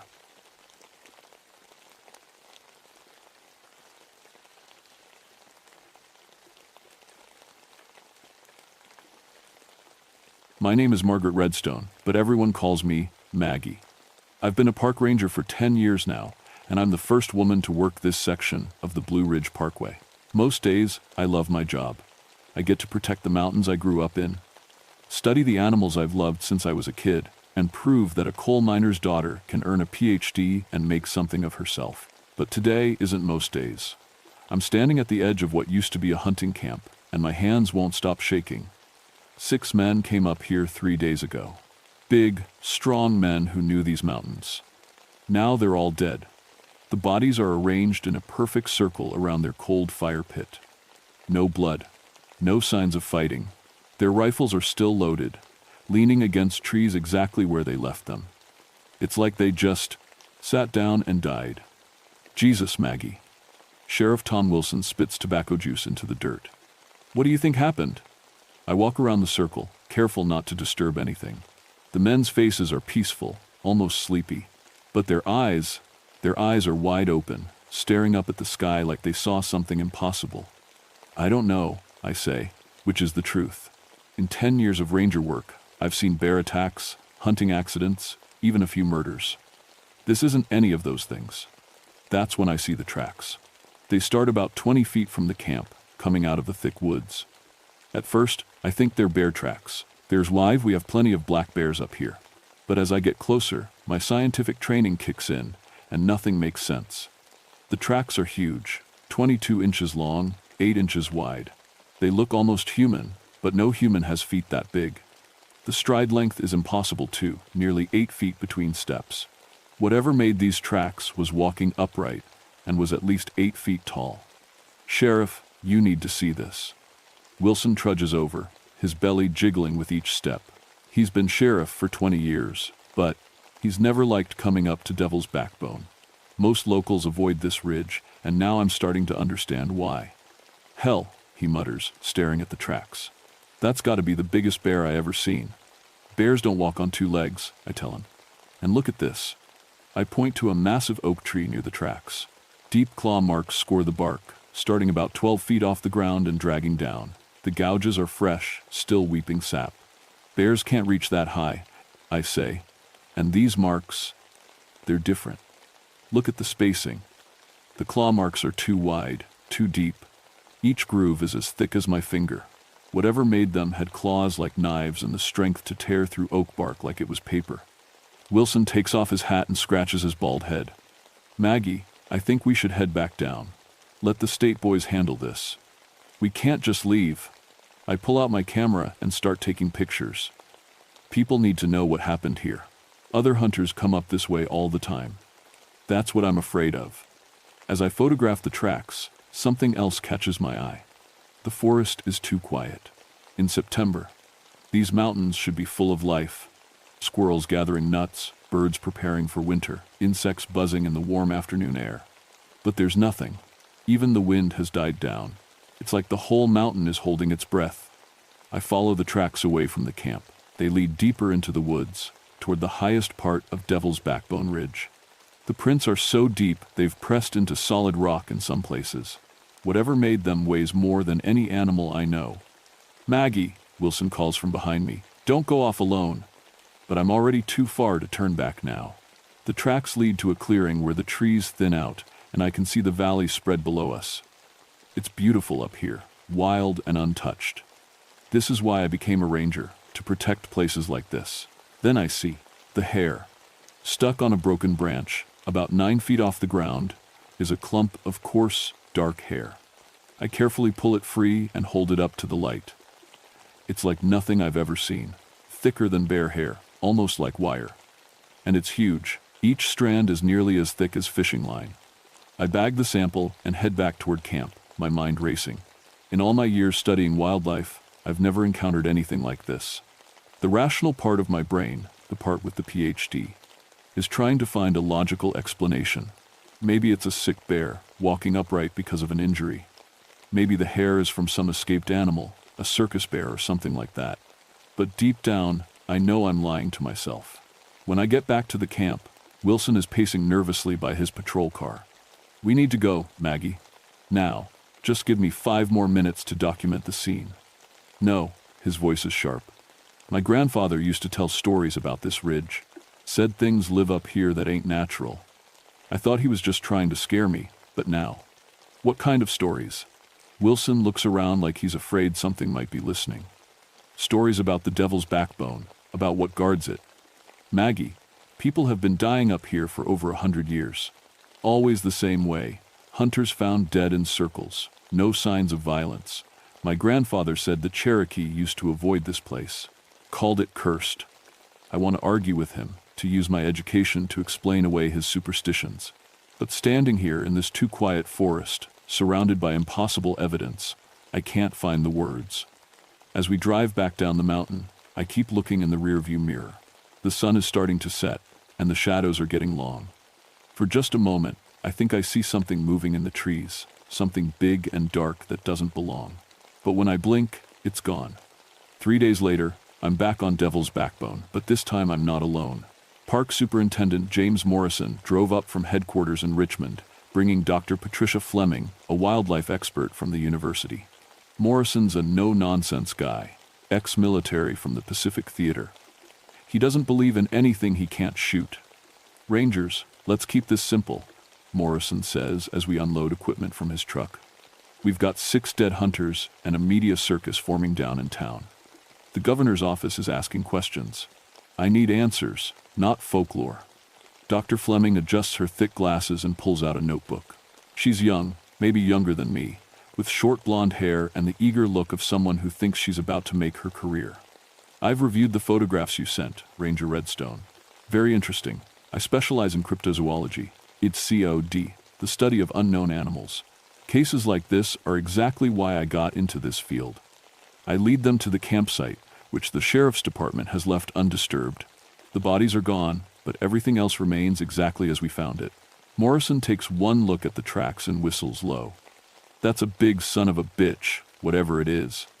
The stride length suggests a creature between 8 and 10 feet tall, Dr.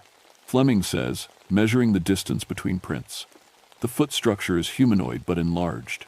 It's fascinating. Fascinating doesn't help me explain this to the press. Morrison grumbles. I show them the claw marks on the tree, the hair sample I collected, and the strange way the forest feels. Too quiet, too empty. Dr. Fleming documents everything with scientific precision, but I can see excitement building in her eyes. This could be it. She whispers to me when Morrison's not listening. The first real evidence of a North American cryptid. Think about what this could mean for science. But I'm not thinking about science anymore. I'm thinking about the 6 dead men and the families who'll never see them again. We set up camp about a quarter mile from the original site. Morrison insists on bringing military-grade equipment. Motion sensors, night vision cameras, even a rifle that looks like it could stop a tank. Dr. Fleming has her scientific instruments, devices that measure temperature, electromagnetic fields, and sound frequencies. If there's an unknown animal up here, she says, we'll document everything about it. As the sun goes down, Morrison checks his weapons for the 3rd time. I don't like this place, he admits.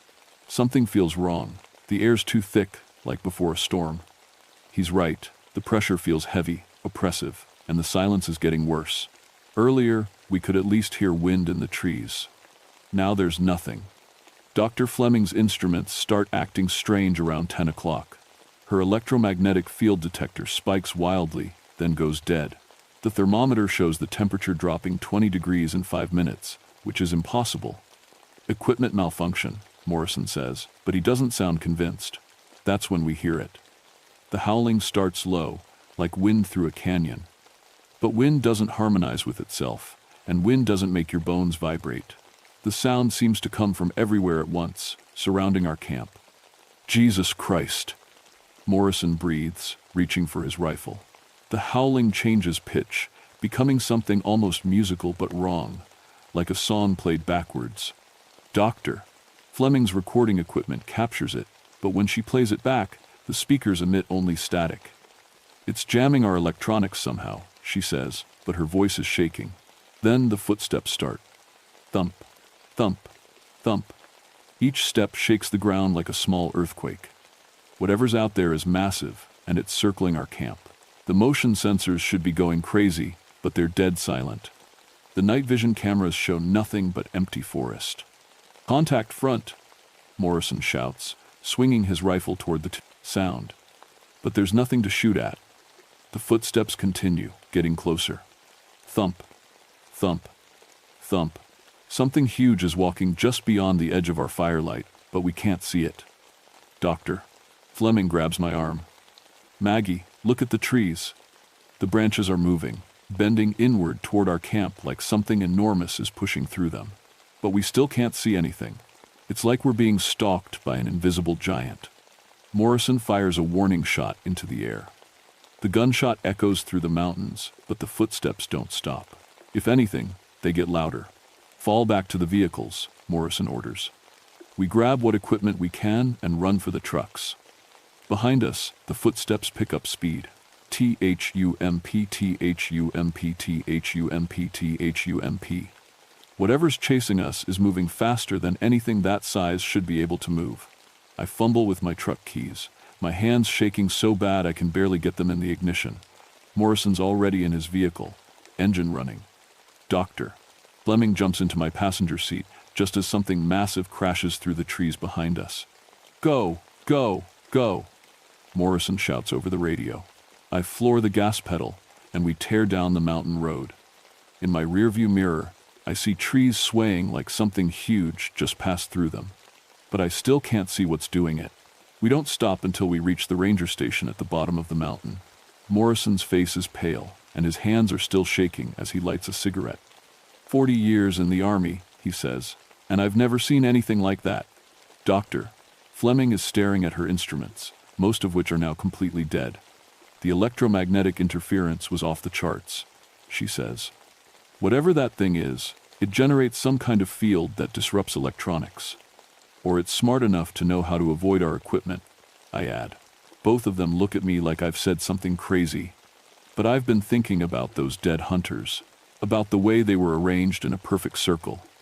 That wasn't random, that was deliberate. We're dealing with something intelligent, I continue. Something that understands human behavior well enough to hunt us. Morrison stubs out his cigarette. Intelligence or not, we can't let this thing kill more people. Hunting season starts next week. If we don't handle this, more folks are going to die. Dr. Fleming nods eagerly. We need to go back.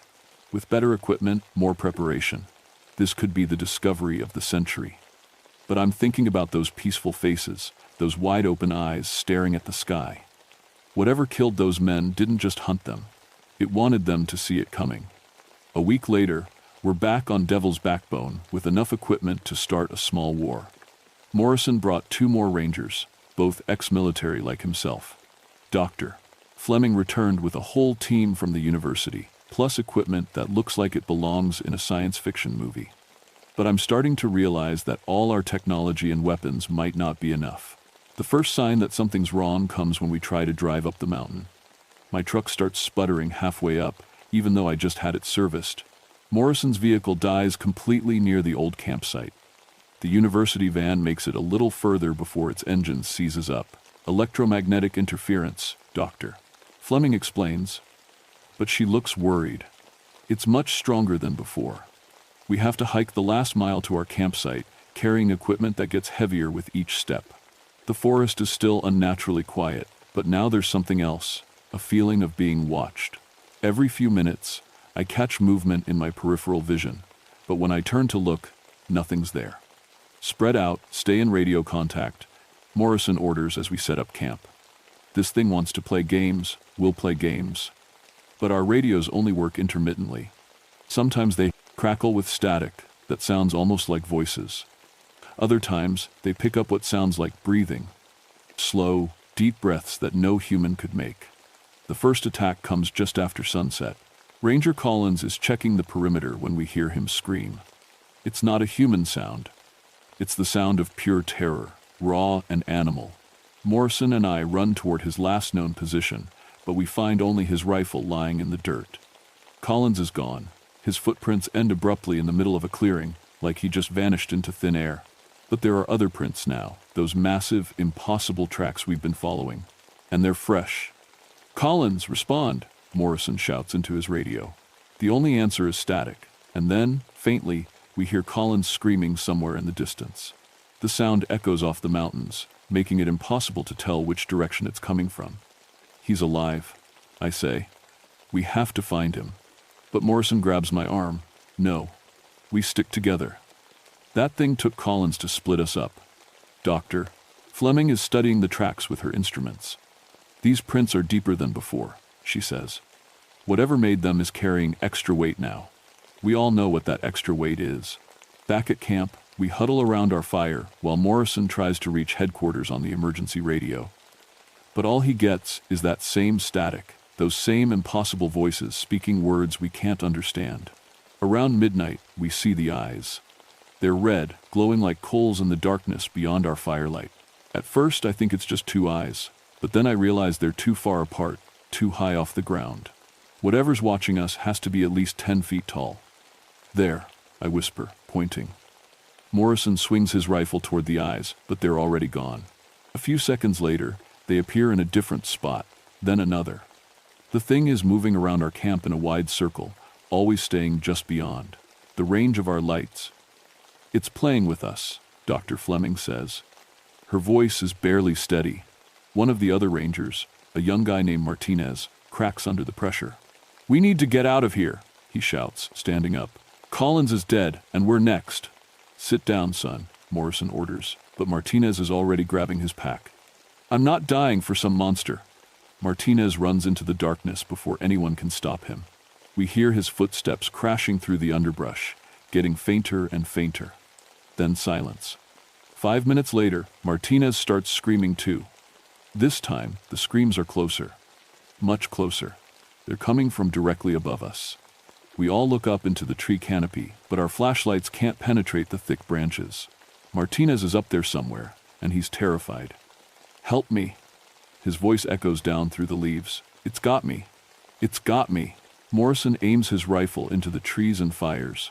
The muzzle flash lights up the forest for a split second, and I see something that makes my blood freeze. There's a shape in the trees, massive, dark, and impossibly agile. It's moving through the branches like they're highways, carrying something that might be Martinez. But the shape is wrong. Too big, too fast for anything natural. Martinez's screams cut off abruptly.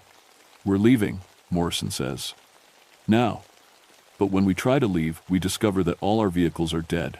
Not just the engines, everything. The headlights won't work, the radios are silent, even our flashlights are starting to dim.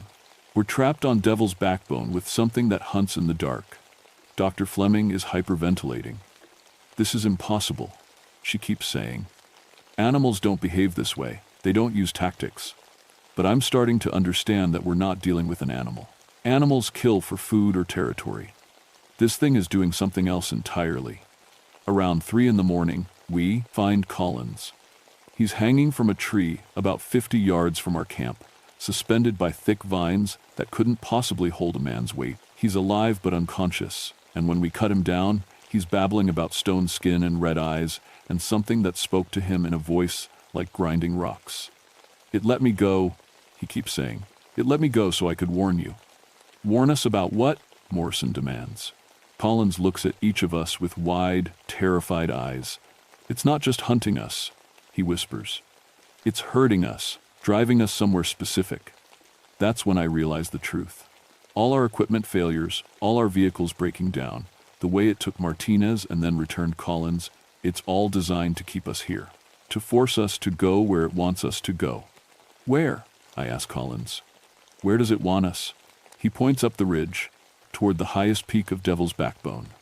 There's something up there, he says. Something old. It showed me. Pictures in my head. Stone circles. Bones. Lots of bones. Doctor. Fleming has stopped hyperventilating and started taking notes again, but her hands are shaking so badly she can barely write. A feeding ground, she says. It's driving us to its feeding ground. Morrison checks his rifle, though we all know bullets didn't help last time. Then we don't give it what it wants. We go down the mountain, on foot if we have to. But when we try to leave, we discover that the thing has been busy during the night. Trees have fallen across every trail leading down the mountain. Massive boulders block the roads. We're not just trapped on Devil's Backbone, we're being forced to climb to its very peak. We start climbing at dawn because we don't have any other choice. The thing, only whatever it is, has made sure we can only go one direction, up. The trail to the peak is ancient, probably made by Cherokee hunters centuries ago. But as we climb, I start noticing things that don't belong on any normal hiking trail. Stone markers that look almost like warnings, piles of rocks arranged in patterns that hurt to look at directly, and bones, lots of bones.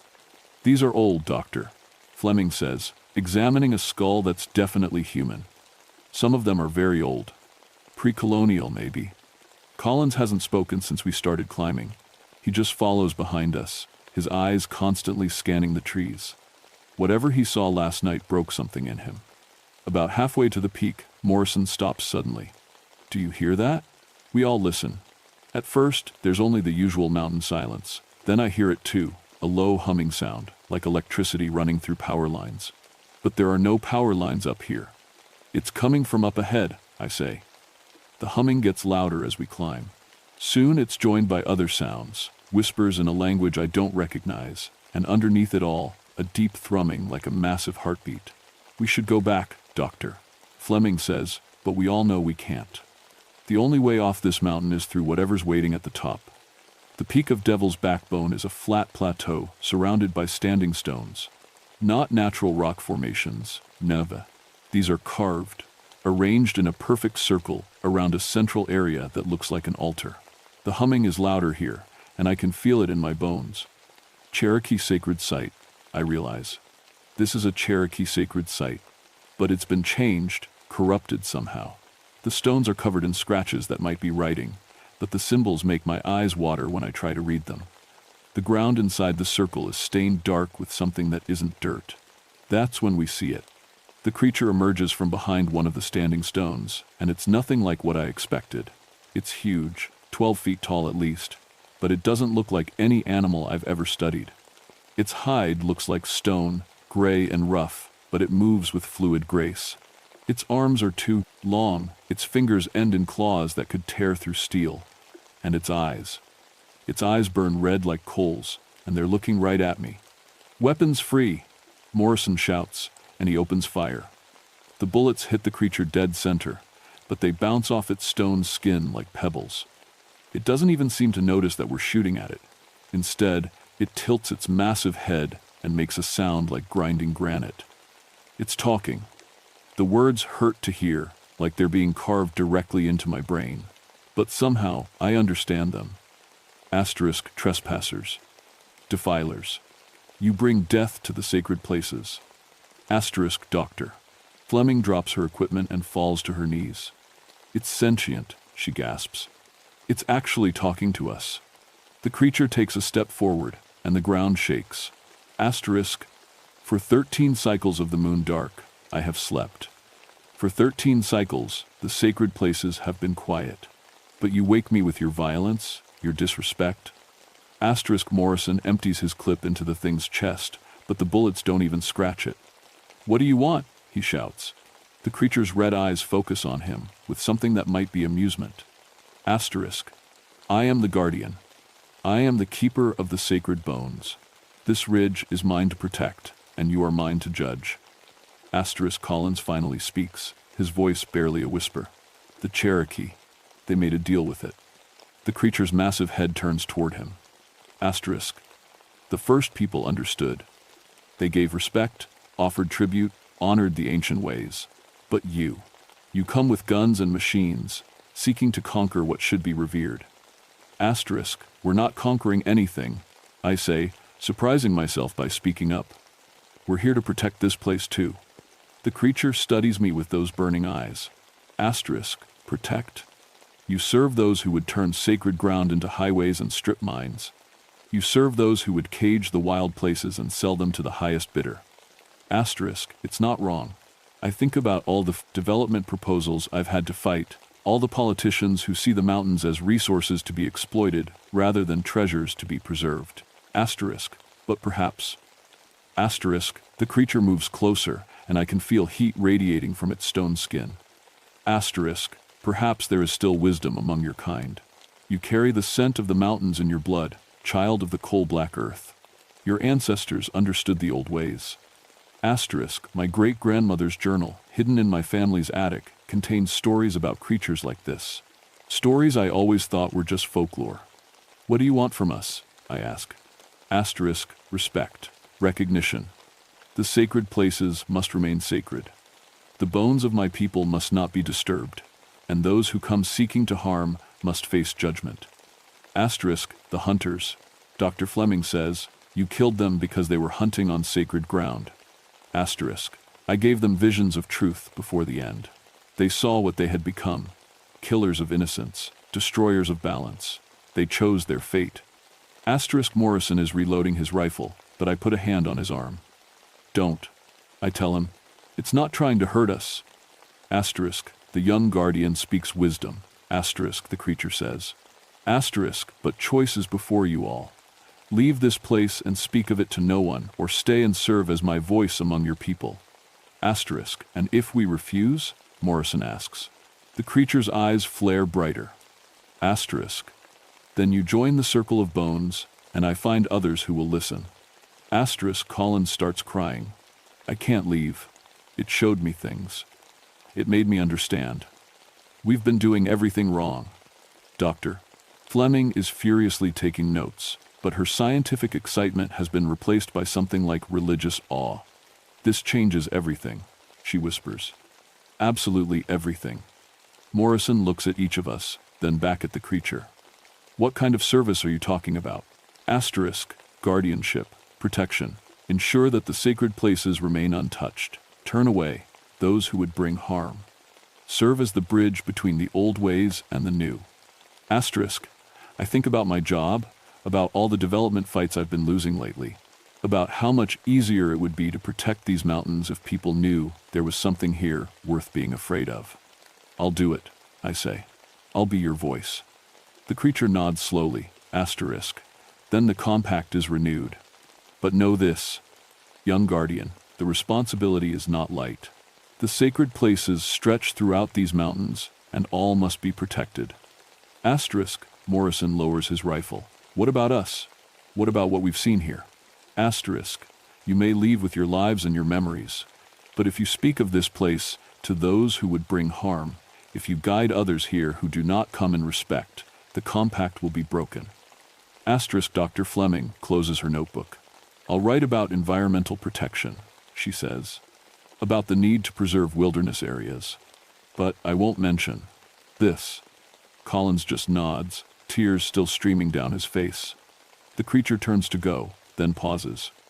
Asterisk, the moon dark comes again in 13 years, child of the coal-black earth. When it does, I will wake, and the sacred places will need defending once more. Will you be ready? Asterisk, I'll be ready, I promise. As the creature disappears into the forest, the humming stops, and the normal sounds of the mountains return. Birds start singing, wind rustles through the trees. The terrible pressure that's been building in my head finally lifts. But I know nothing will ever be the same. That was 25 years ago. I'm 53 now, and I've been the regional supervisor for this section of the Blue Ridge Mountains for the last decade. People think I'm just really good at my job, the way I always seem to know which development projects to fight hardest, which areas need the most protection, which hunting parties might cause trouble. They don't know about my monthly hikes to Deceiver, certain remote locations. They don't know about the offerings I leave, not sacrifices, just tokens of respect. Tobacco, like my Cherokee neighbors taught me, water from clean streams, sometimes just a quiet moment of acknowledgement that these places are sacred. Morrison retired 5 years ago and moved to Florida. Before he left, he shook my hand and said, "I still dream about that thing sometimes.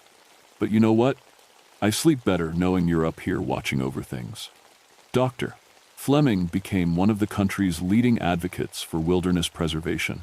She never published anything about cryptids, but her papers on the spiritual value of untouched ecosystems have influenced environmental policy across the nation. We exchange Christmas cards, and she always asks how the mountains are doing. Collins never left the area. He works for the Park Service now, leading educational tours about Cherokee history and culture. Visitors love his stories about the spiritual significance of these mountains. They think he's just a really passionate historian. He and I sometimes run into each other on the trails. We don't talk much about that night, but there's an understanding between us. He sees things sometimes, movement in the trees, eyes in the darkness, and he nods at me like he's reporting in. The compact has held. Devil's Backbone remains closed to hunting, officially due to geological instability.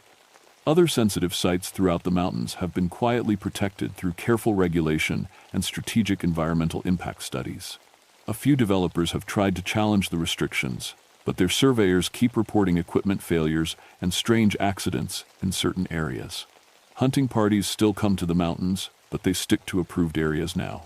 The few times someone has wandered too far off the designated trails, they've returned with stories about getting lost, about sudden equipment failures, about the feeling of being watched. Word gets around among hunters. They police themselves now.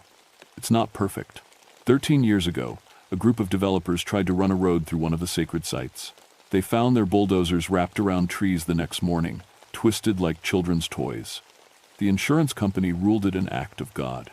The developers decided to build somewhere else.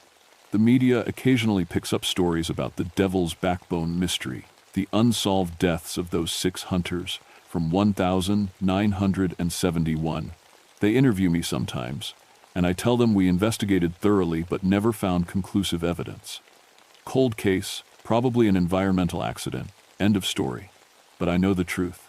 I know that something ancient and powerful watches over these mountains. Something that remembers when the first people walked here, when the Cherokee made their agreements with the spirits of the land. Something that bridges the gap between the old world and the new. And I know that in 8 more years, when the moon goes dark again in September, I'll hike up to Devil's Backbone one more time. I'll check on the stone circle, make sure the sacred places are still protected, and renew the compact that keeps the balance between humanity and the wild. My great-niece Sarah just graduated with a degree in environmental science. She's been asking about ranger positions in this area. I think she might be the right person to carry on the work when I'm too old to hike the high country. Some knowledge is meant to be passed down through generations. Some responsibilities are too important to let die. The mountains keep their secrets, and their secrets keep the mountains safe. And sometimes, on quiet nights when the wind is just right, I can hear something moving through the forest, something massive and ancient and protective. The sound doesn't frighten me anymore. It sounds like home.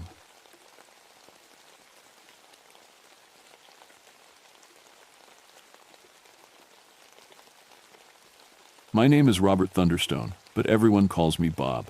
I've been a park ranger at Blackwater Falls State Park in West Virginia for 14 years now.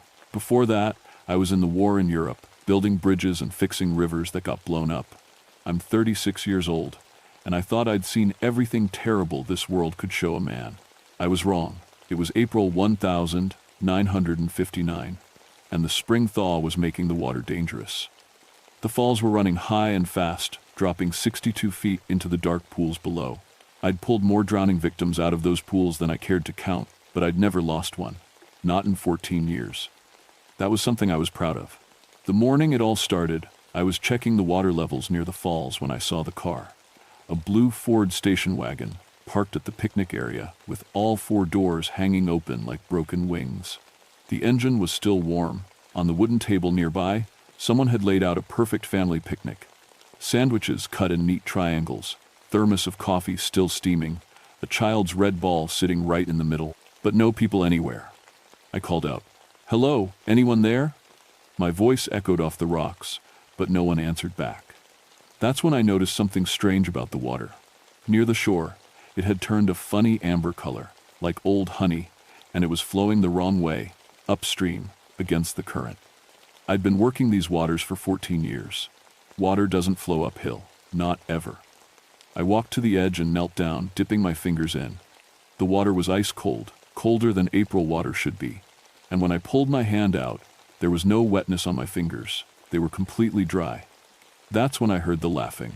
Children's voices, happy and bright, coming from somewhere down in the deep pools below the falls. But when I looked, there was nobody there. Just dark water and white mist rising up like ghost fingers. I ran back to my truck and radioed the station. "This is Thunderstone. I've got a missing family at Blackwater Falls. 5 people, looks like.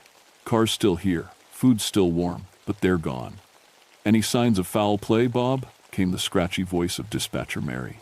I looked back at the amber water, still flowing the wrong way. "I'm not sure yet, Mary. Send backup. And maybe call the state police." "Copy that, Bob. Be careful out there." I wish I'd listened to her. While I waited for help, I walked around the area, looking for tracks. The ground was soft from recent rain, and I could see footprints leading toward the falls, 2 adults and 3 children. Just like you'd expect from a family. But here's the thing that made my skin crawl. The tracks just stopped. Right at the water's edge, they disappeared completely. Not like the people had waded in or been washed away. The prints just ended, like they'd vanished into thin air. I set up my water testing equipment, the same gear I'd used for years to check temperatures and currents. But today, nothing worked right. The thermometer showed readings that couldn't be real. The water was both freezing and boiling at the same time. The current meter spun wildly in all directions. And my hydrophone, the underwater microphone I used to listen for trapped victims, picked up something that made my blood run cold. Singing. Underwater singing in a language I didn't recognize. But the strangest thing was the silence. Blackwater Falls drops 62 feet and hits those rocks with the force of a freight train. It should be loud enough to wake the dead. But standing there that morning, I couldn't hear the water at all. The falls were completely, impossibly silent.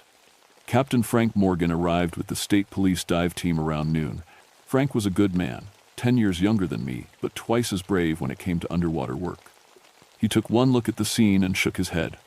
14 years, Bob, he said. 14 years, and you've never lost one. What do you think happened here? I pointed to the amber water. See that color? It wasn't there yesterday, and watch how it moves. Frank squatted down and stared. The amber water was still flowing upstream, making these perfect geometric patterns like someone was stirring it with an invisible spoon. He reached for it, but I grabbed his wrist. Don't, I said. Trust me on this one. That afternoon, we brought in Dr. Linda Rivers, the park hydrologist.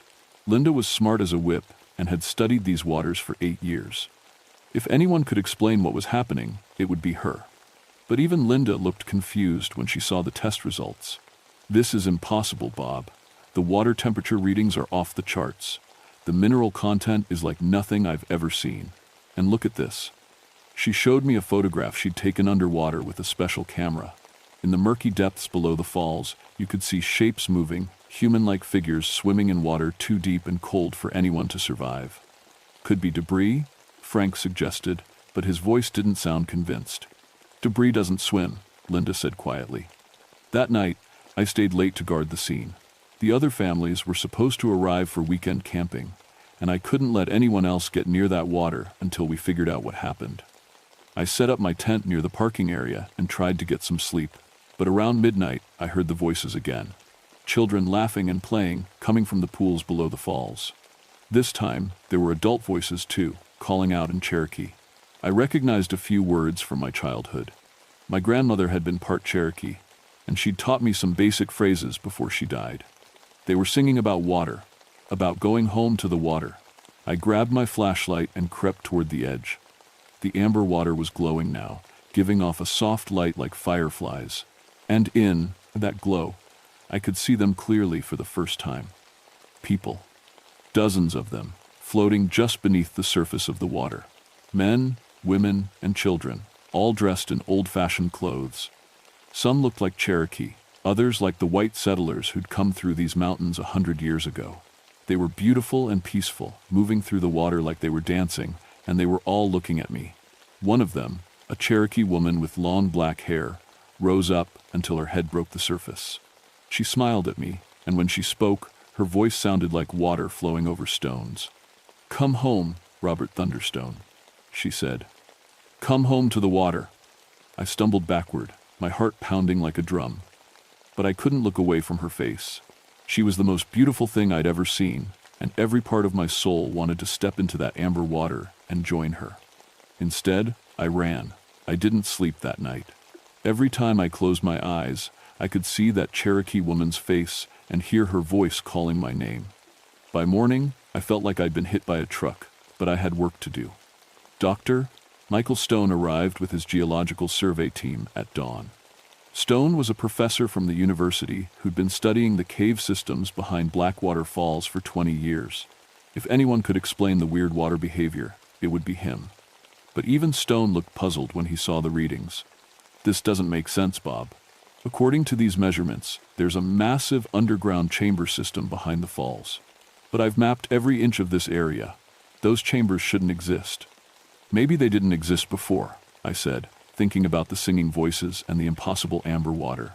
Stone's team lowered underwater cameras into the pools. What they found made everyone go quiet. The footage showed vast underwater caverns stretching back into the mountain, lit by that same amber glow. And moving through those caverns were dozens of human figures, swimming with impossible grace. "The camera must be malfunctioning," one of Stone's assistants said, but Linda shook her head. "I've checked all our equipment 3 times. Everything's working perfectly. This is really what's down there." That's when Samuel Flowing Brook arrived. Samuel was a Cherokee elder who lived about 20 miles away. He was 80 years old, with white hair down to his shoulders and eyes that seemed to see everything. I'd met him a few times over the years when he came to perform ceremonies at the old sacred sites in the park. He took one look at the amber water and stepped back, shaking his head. "You should not be here," he said in his quiet voice. "This is the time of the calling. The water spirits are gathering souls for the spring ceremony." "Water spirits?" Frank laughed. "Come on, Samuel. We're trying to find a missing family here." But Samuel wasn't laughing. "Your missing family is safe, safer than they have ever been, but they cannot come back. Not once the water has accepted them." I felt a chill run down my spine. "What do you mean, accepted them?" Samuel sat down on a fallen log and began rolling tobacco into a small pouch. "Long ago, my people performed sacred ceremonies at this waterfall. When the white settlers came, many of our ceremony keepers died protecting this place. Their spirits became part of the water, guardians of the sacred site." He pointed to the amber glow beneath the falls. "Every spring, during the time of renewal, they call out to lost souls. People who are broken, people who need healing, people who seek spiritual peace. The water spirits offer them eternal rest in the underwater realm." "That's just folklore," Dr. Stone said. "There has to be a scientific explanation." Samuel smiled sadly. "Your science cannot measure the weight of a soul, Dr. Stone. Your instruments cannot detect the sound of spiritual calling." But I was thinking about what he'd said. People who are broken. People who need healing. The missing family, maybe they hadn't been taken, maybe they'd been called.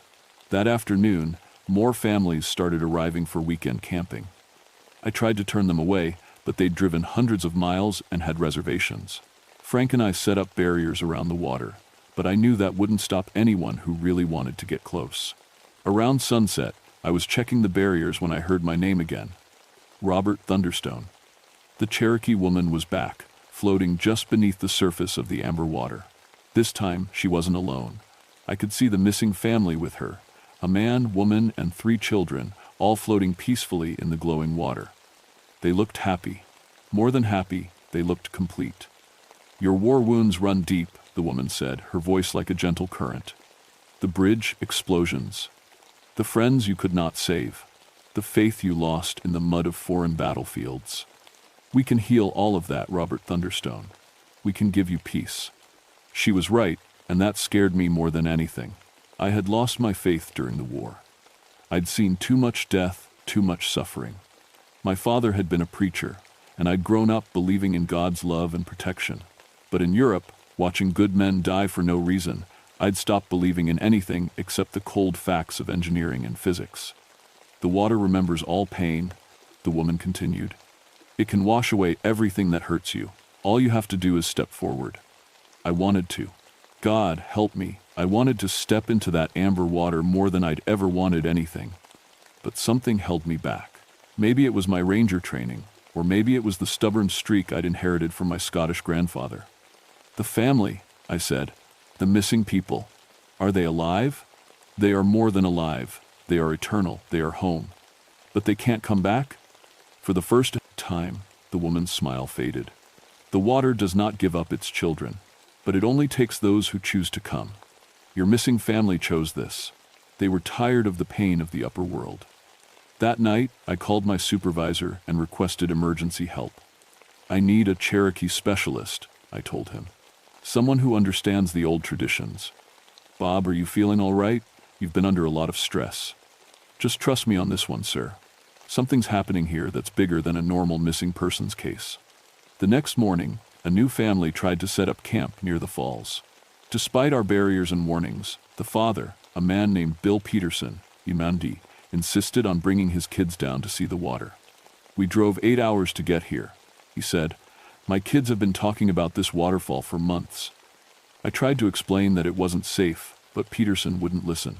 Around noon, I saw him and his family walking toward the amber water, moving like they were in a trance. I ran after them, shouting warnings. But they didn't seem to hear me. The Peterson children, 2 little girls and a boy, were laughing and holding hands as they walked straight toward the water's edge. "Stop," I yelled, but it was too late. The amber water reached out like liquid fingers, wrapping around their ankles. For a moment, the whole family stood there, smiling peacefully. Then the water pulled them gently beneath the surface, and they were gone. No splash, no struggle. They just sank into the amber glow like they were coming home. I dove in after them, but the water was wrong. It felt thick, like swimming through honey, and I couldn't tell which way was up. Voices surrounded me, dozens of Cherokee voices singing in harmony. And I could see them all now, centuries of people who'd been called to the water. Cherokee ceremony keepers, Underground Railroad refugees, families like the Petersons who'd chosen peace over pain. They were, all trying to pull me deeper, their hands gentle but insistent. "Come home, Robert," they whispered. "Come home to the water." But I fought my way back to the surface, gasping and choking. When I crawled out onto the bank, Samuel Flowing Brook was waiting for me. "You saw them," he said. It wasn't a question. I nodded, still coughing up amber water. They wanted me to stay. The calling is strongest for those who carry the deepest wounds. Your war trauma, your lost faith, your setgens. These things make you very attractive to the water spirits. How do I stop this? More families are coming. I can't let this happen again. Samuel was quiet for a long time, watching the amber water swirl in its impossible patterns. Finally, he said, "There is a way. But it requires honoring the old agreements. It requires acknowledging why the spirits are here." "What do you mean?" "The Cherokee ceremony keepers who died protecting this place, they were never properly honored. Their sacrifice was forgotten. The sacred site was turned into a tourist attraction.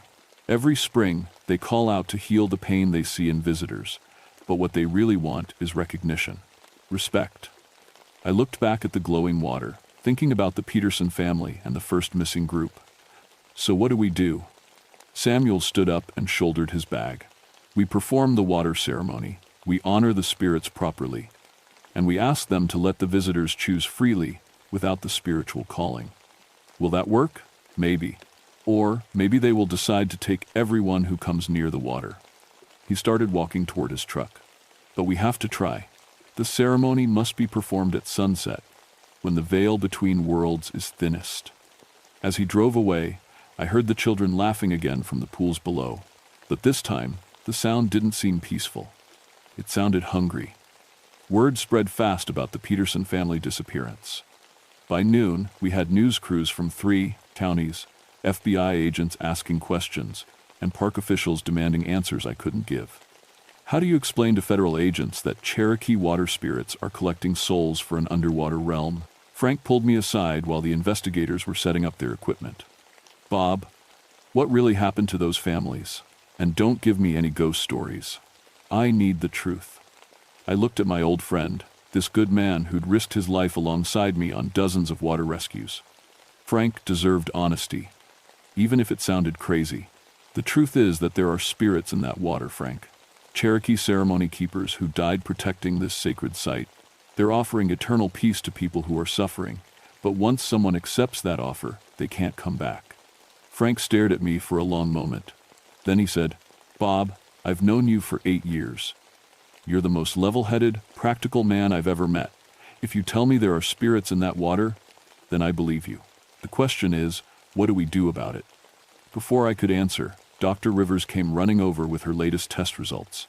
"You guys need to see this," she said, spreading her charts on the hood of my truck. "The water temperature has dropped 20 degrees in the last hour. The current patterns are getting more complex. And listen to this." She turned on her hydrophone equipment. Through the speakers came the sound of Cherokee singing, dozens of voices in perfect harmony. But underneath the singing was something else, a low, rhythmic sound like a massive heartbeat. "That's impossible," Frank said. "You can't hear heartbeats underwater." "It's not a human heartbeat," Linda said quietly. "According to my analysis, it's too large, too slow.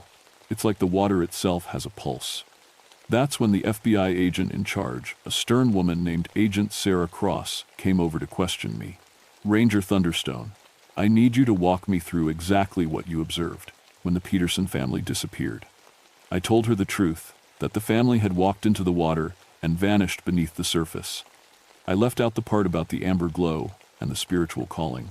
"And you attempted a rescue?" "Yes, ma'am. I dove in immediately, but the water conditions were unusual." Agent Cross made notes in her file. "We're bringing in professional divers from the FBI recovery team. If there are bodies down there, we'll find them." "Agent Cross," I said carefully, "I really don't think that's a good idea. This water is dangerous in ways that normal safety protocols don't cover." She looked at me like I was simple. Ranger Thunderstone, I appreciate your concern, but this is now a federal investigation. We'll handle the recovery operation. That afternoon, the FBI dive team arrived. 3 experienced divers with military-grade equipment, led by a tough ex-Navy SEAL named Martinez. They set up their gear while Agent Cross briefed them on the mission. I tried one more time to warn them. Martinez, I've been working these waters for 14 years. There's something wrong down there, something that your equipment won't protect you from. Martinez laughed. Ranger, I've dived in combat zones, underwater caves, and nuclear reactor pools. I think I can handle a waterfall in West Virginia. They went in at 3 p.m. The plan was a simple grid search of the pools below the falls, using underwater cameras and sonar to locate the missing bodies. But as soon as Martinez entered the amber water, his radio went dead. On the surface, we could see his bubbles, but we couldn't hear him. Then his partner, Diver 2, went silent as well. Finally, Diver 3, a young woman named Garcia, started screaming through her radio. They're everywhere, she shouted. People in the water. They're trying to pull me down. They're singing, and it's so beautiful, and I want to go with them. Agent Cross grabbed the radio. Garcia, abort the dive. Return to surface immediately. But Garcia's voice had changed. It was dreamy, peaceful. It's okay. They're showing me such wonderful things. The underwater city is so beautiful. I think I'll stay. We never saw any of the 3 divers again. Agent Cross was furious and scared. What the hell is in that water? Before I could answer, Samuel Flowing Brook's truck pulled up. The old Cherokee elder climbed out slowly, carrying a large leather bag and moving like a man heading to his own execution. The ceremony must be performed now, he said. Before sunset, the water spirits are angry about the intrusion, and they're gathering strength. Soon, they will not need permission to take souls. What ceremony? Agent Cross demanded. Samuel ignored her and spoke directly to me. Robert Thunderstone, you must help me. The ceremony requires someone who has been called by the water but chose to resist. Someone who carries old wounds but refuses to surrender them. I don't know anything about Cherokee ceremonies. You don't need to. You just need to stand with me at the water's edge and speak from your heart. Tell the spirits why their sacrifice should be honored. Ask them to grant mercy to future visitors. Agent Cross stepped between us. Nobody is going near that water until I understand what's happening here. But as she spoke, we heard screaming from the camping area. 3 more families had arrived for the weekend, and they were all walking toward the falls like sleepwalkers. Men, women, and children, their eyes glazed over, moving in perfect unison toward the amber water. Stop them! Agent Cross shouted, but it was too late. The families reached the water's edge and stepped in without hesitation. The amber glow rose up around them like welcoming arms, and they sank beneath the surface with expressions of pure joy on their faces. Samuel was already walking toward the water, pulling sacred items from his leather bag. The calling has become a harvest, he said over his shoulder. We're out of time. I followed him, ignoring Agent Cross's orders to stay back. At the water's edge, Samuel began laying out his ceremony items. Dot tobacco, sage, small stones carved with Cherokee symbols, and a long eagle feather. The water ceremony honors the sacrifice of those who died protecting sacred sites, he explained as he worked. It acknowledges their guardianship and asks for their blessing on future visitors. The amber water was churning now, glowing brighter as more spirits rose from the depths. I could see dozens of them, Cherokee warriors, ceremony keepers, Underground Railroad refugees, and all the modern families who'd been called to join them. Robert Thunderstone, Samuel said, lighting the sage, place your hands in the water and speak to the spirits. Tell them what you see. I knelt down and put my hands in the amber glow. The water was warm now, welcoming, and I could feel the spirits pressing around me. Their voices filled my mind, not threatening but pleading. Asterisk. We died protecting this sacred place. We became guardians to heal the broken souls who seek us. But no one remembers our sacrifice. No one honors our purpose. Asterisk. I see you, I said out loud, my voice carrying across the water. I see Cherokee ceremony keepers who died defending their sacred site. I see people who chose to become guardians, protecting this place for generations. Your sacrifice was real. Your guardianship is honored. The water began to calm, its glow shifting from urgent amber to peaceful gold. Samuel was singing now in Cherokee, his voice strong despite his age. The eagle feather in his hand caught the sunlight as he made offerings of tobacco to the four directions. Asterisk. But we are tired, asterisk, the spirits whispered to me, asterisk, tired of watching people suffer, tired of offering the only healing we know, the peace of the underwater realm. We want to rest. Asterisk, then rest, I said. But let people choose freely. Don't call to them with spiritual power. Let them decide for themselves whether to seek your healing. The Cherokee woman I'd seen before rose from the water one last time. But now she looked different. Not like a beautiful temptress, but like what she really was. A ceremony keeper who had died young, protecting something sacred, and had spent over a century trying to heal others' pain. You understand the burden of guardianship, she said. You have spent 14 years pulling broken people from these waters, trying to save them from drowning. We have spent 100 years trying to save them from spiritual drowning. But taking them from their families isn't the answer. No, she agreed sadly. It is not. We will honor your request, Robert Thunderstone. But the sacred site must be properly recognized. The Cherokee Nation must have a voice in protecting this place. Samuel finished his song and stood up, scattering the last of his tobacco on the water. It is done. The spirits have accepted the ceremony. The amber glow began to fade, and the water slowly returned to its normal clear color. The impossible upstream current stopped.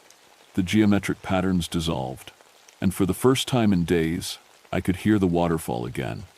That thunderous crash of water on stone that had always been the voice of Blackwater Falls. But as the light faded, I saw one last vision in the water. All the people who'd been taken, the missing families, the FBI divers, everyone who'd been called to the underwater realm, they were still there, still peaceful, still choosing to stay.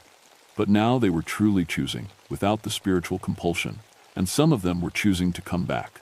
As the amber glow faded from the water, something incredible happened. People began rising to the surface. First came Garcia, the young FBI diver, coughing and gasping as she broke through. Then Martinez and his partner, still in their diving gear, looking confused but alive. Finally, impossibly, the Peterson family surfaced, holding hands and smiling like they'd just woken from the most beautiful dream. Agent Cross and the paramedics rushed to help them, but the rescued people seemed more dazed than injured. They kept looking back at the water with expressions of longing, like they'd left something precious behind. "Where were you?" Agent Cross demanded as the medics checked Garcia's vital signs.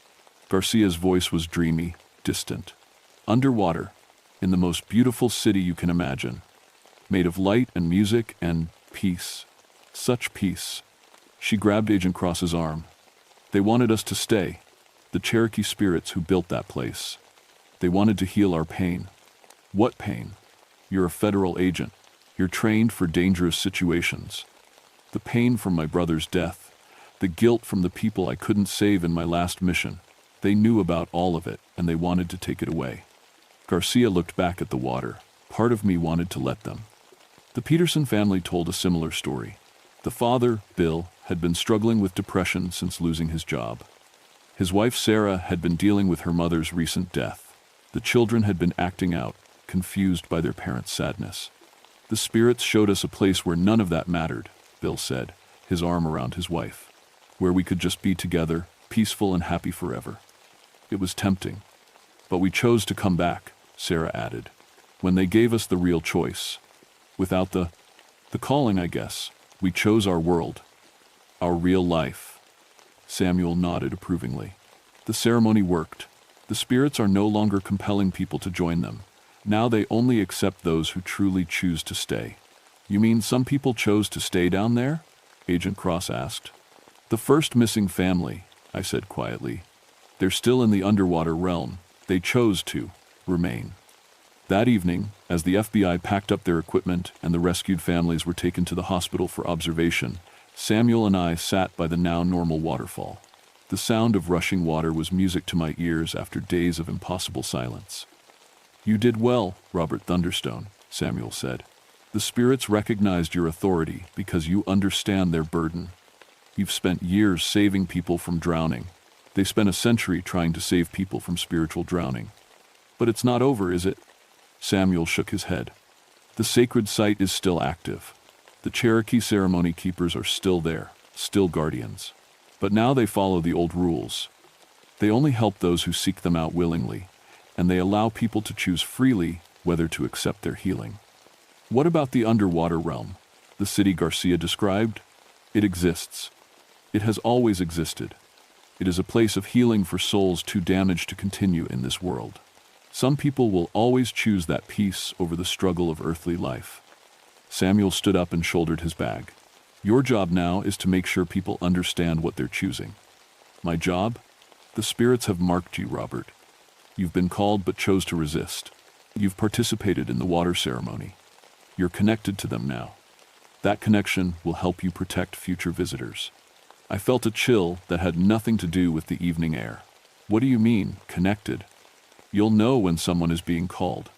You'll be able to sense the spiritual attraction before it becomes compulsion, and you'll have the authority to guide people to make free choices. Over the next few weeks, everything Samuel predicted came true. I could sense when visitors were drawn to the water for spiritual reasons rather than just curiosity. There was a subtle difference, a dreamy look in their eyes, a tendency to walk toward the falls without really seeing their surroundings. Most of the time, I could talk to them, help them understand what they were feeling. Many visitors were dealing with grief, depression, trauma, or spiritual emptiness. The Cherokee spirits recognized that pain and offered healing. But now, thanks to the ceremony, people could choose traditional counseling, religious guidance, or other forms of help instead of surrendering to the underwater realm. Some still chose the water. An elderly man whose wife had died chose to join the spirits rather than face years of loneliness. A young woman with terminal cancer chose spiritual peace over months of painful treatment. A Vietnam veteran, haunted by memories of dead friends, chose the healing of the underwater realm over continued flashbacks and guilt. I learned not to judge those choices. The Cherokee spirits weren't evil. They were healers, offering the ultimate form of peace to souls too broken for earthly repair. My job was to make sure people understood what they were choosing and to protect those who weren't ready to make that choice. Agent Cross returned a month later with a team of anthropologists and a representative from the Cherokee Nation. After extensive negotiations, Blackwater Falls was officially designated as a Cherokee sacred site, with Samuel's tribe given co-management authority. This is the strangest report I've ever filed, Agent Cross told me on her last day. Officially, we're calling it an environmental hazard with unusual psychological effects. The public will never hear about water spirits or underwater realms. But you believe what happened here? She was quiet for a moment, watching the falls. My grandfather was Lakota. He used to tell stories about sacred places where the spirit world touches our world. I always thought they were just stories. She picked up a small stone and tossed it into the pool. Garcia says she can still hear them singing sometimes. The Cherokee voices. She says it's the most beautiful sound she's ever heard. Does that worry you? Terrifies me. Because part of me wants to hear it too. 6 months later, Dr. Rivers published a research paper on the unusual mineral properties of Blackwater Falls water during seasonal thermal events. Dr. Stone documented the extensive cave systems behind the falls and their potential archaeological significance. Officially, the mysteries of Blackwater Falls had scientific explanations, but I knew the truth. Every day, as I walked my patrol routes, I could sense the presence of the Cherokee ceremony keepers beneath the water. They were still there, still guardians, still offering healing to broken souls. The difference was that now people could choose freely, and many chose to stay in the world of the living. My faith, lost in the mud of European battlefields, began to grow back slowly, not the simple faith of my childhood, but something deeper. A recognition that there were forces in the world beyond human understanding, and some of those forces were dedicated to healing and protection. The Cherokee spirits had shown me that guardianship came in many forms. They protected their sacred site by offering ultimate peace to those who couldn't find it in the earthly world. I protected visitors by helping them understand their choices. Both kinds of guardianship were necessary. Both kinds were sacred. 5 years have passed since the water ceremony at Blackwater Falls. I'm 41 now, graying at the temples, but still pulling people out of dangerous water. The difference is that now I can tell the difference between someone who's drowning accidentally and someone who's being called by the spirits. Last week, a family from Ohio visited the falls. The father, a factory worker named Jim Collins, lost his job 3 months ago and had been drinking heavily ever since. When I saw him staring at the water with that dreamy look, I knew the Cherokee spirits had sensed his pain. "Beautiful view," I said, walking up beside him. "Yeah," he said softly. "Peaceful. Makes you think about letting go, you know?" "I know, but before you make any big decisions, can I tell you about some folks I know who might be able to help with whatever's troubling you?" We talked for an hour. I told him about job retraining programs, alcohol counseling, support groups for unemployed workers. By the time we finished, the dreamy look had left his eyes. He hugged his wife and kids, and they headed home to start rebuilding their life. That's how it usually goes now. The Cherokee spirits still offer their healing to broken souls, but people have real choices. Most choose to stay in the world of the living and work through their problems with earthly help. But not all. 3 months ago, I met Sarah Martinez, a young mother whose infant son had died of cancer. She'd driven 8 hours to Blackwater Falls because, she said, something called to me. When I found her at the water's edge, she was crying and holding a baby blanket. "They're down there, aren't they?" she asked. "The people who chose peace over pain?" "Yes," I told her honestly. "The Cherokee spirits maintain an underwater realm for souls who need that kind of healing. But Sarah, there are other kinds of healing too. Grief counseling, support groups, other families who've lost children." "I know about all that," she said. "I've tried it all, but the pain never goes away. It never gets smaller. And I can hear them calling to me, telling me I can be with my baby again."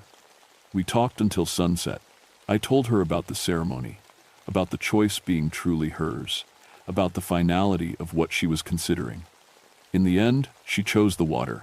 I watched her walk into the peaceful amber glow that rose to meet her. She looked back once, smiled, and sank beneath the surface.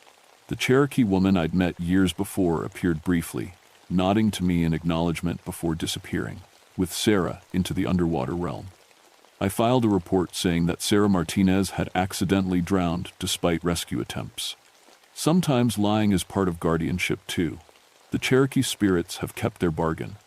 They only take those who truly choose to come, and they allow people to make informed decisions.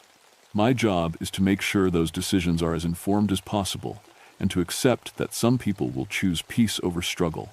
Samuel Flowingbrook visits every few months to perform small ceremonies, keeping the spiritual balance stable. He's training his granddaughter, Maria, to take over his duties when he gets too old. Maria is 25, college-educated, and completely comfortable with both Cherokee traditions and modern psychology. "Healing comes in many forms," she told me last month. "Some people need therapy, some need medication, some need spiritual guidance, and some need the ultimate peace that only death can bring. Our job isn't to judge those choices, it's to make sure people have real choices." Agent Cross has been back twice, bringing other federal agents who need to understand what we deal with here. The official reports still describe environmental hazards with unusual psychological effects, but there's now a special protocol for handling Blackwater-type incidents at other locations where the spirit world touches our world. "How many places like this are there?" I asked Cross during her last visit. "More than you'd think," she said. "Native American sacred sites, Civil War battlefields, places where great trauma occurred or great sacrifices were made. Most are dormant, but some are active. We're building a network of people who can handle these situations. People like you who've been touched by the spirit world but chose to stay in ours." Sounds like a lonely job. All guardian work is lonely, but necessary. Dr. Rivers still monitors the water quality, and her equipment occasionally picks up anomalous readings during the spring thermal events. Dr. Stone has mapped the extensive cave systems and discovered Cherokee artifacts dating back centuries, proving the site's historical significance as a sacred water ceremony location. But the most important change is in me. My lost faith has returned, but in a different form. I don't attend church like my father did, but I pray sometimes at the water's edge, thanking the Cherokee spirits for their partnership in protecting visitors. I've learned that there are many kinds of faith. Faith in God, faith in science, faith in human resilience, and faith in the wisdom of ancient guardians who died protecting something sacred. My job requires all kinds of faith. This morning, I'm training a new ranger, a young woman named Jennifer Storm, who has a background in psychology and Native American studies. She's smart, compassionate, and completely skeptical of anything supernatural. "So, let me get this straight," she said as we walked the trail to the falls. "You want me to believe that Cherokee spirits live in the water and sometimes convince people to drown themselves? I want you to keep an open mind," I told her, "and to pay attention to visitors who seem unusually drawn to the water. People dealing with serious trauma, grief, depression, spiritual emptiness, they're more susceptible to the calling." "The calling? You'll know it when you see it. They get a dreamy look in their eyes, like they're listening to music only they can hear. They walk toward the water without really seeing anything else." We reached the viewing platform, where a small plaque now honors the Cherokee ceremony keepers who died protecting the sacred site. The falls thundered below us, powerful and beautiful and completely normal looking. "It's just water," Jennifer said. "Usually, but water has memory and sacred places have power. Sometimes those two things combine in ways that can save souls or destroy them." I handed her a radio and a small pouch of tobacco. "The Cherokee spirits respect people who show proper respect for their sacrifice. If you ever find yourself in a situation you can't handle, make an offering and ask for their guidance." Jennifer looked at the tobacco like I'd handed her a magic wand. "Bob, I have a master's degree in psychology. I don't believe in spirits. 5 years ago, neither did I. But belief isn't required for effectiveness. Just respect and an open mind." A family with 3 young children was approaching the viewing area. They looked normal, happy, excited to see the famous waterfall. But something made me watch them carefully as they reached the platform. The mother, a woman in her 30s, stopped suddenly and stared at the water. Her expression changed, becoming distant and peaceful. She took a step toward the edge of the platform. "Excuse me," I said, walking over to her. "Beautiful view, isn't it?" She blinked and looked at me with slightly confused eyes. "Yes, so peaceful. It makes me think about my mother. She died last month, and I've been so angry at God for taking her. I'm sorry for your loss. Grief can be overwhelming, especially when it's complicated by spiritual questions." We talked for a few minutes. I gave her some pamphlets about grief counseling and bereavement support groups. By the time her family was ready to leave, the dreamy look had left her eyes, and she was smiling at her children again. Jennifer watched the whole interaction with growing understanding. The way she was looking at the water, it was different. That's the calling. Not strong enough to be compulsive, but definitely noticeable if you know what to look for. "And you think Cherokee spirits were, what? Trying to help her with her grief?" "I think Cherokee spirits who spent their lives helping others and died protecting something sacred are still trying to help people in the only way they know how. But now people can choose other kinds of help." As we walked back to the ranger station, Jennifer was quiet, processing what she'd seen. Finally, she said, "What happened to you 5 years ago? What made you start believing in all this?" I told her the whole story. The missing families, the amber water, the underwater city, the Cherokee ceremony that restored choice to the equation. When I finished, she was staring at me like I'd told her aliens had landed. "And Agent Cross corroborates this story? Ask her yourself. She'll be visiting next month." "Okay, let's say I believe you. Let's say there really are Cherokee spirits in that water who offer eternal peace to suffering souls. What's my role in all this?" "Same as mine. Help people understand their choices. Provide information about earthly healing resources. Make sure anyone who chooses the water is really choosing freely, not being compelled by desperation or mental illness. And if they choose the water anyway, then we honor their choice and file a report about an accidental drowning." Jennifer was quiet for a long time. Finally, she said, "This is not what they taught us in Ranger School." "No, but it's the job we've been given. Tonight, as I write this report, I can hear the Cherokee voices singing faintly from the pools below the falls. They're not calling to anyone in particular, just maintaining their presence, ready to offer healing to souls that need it.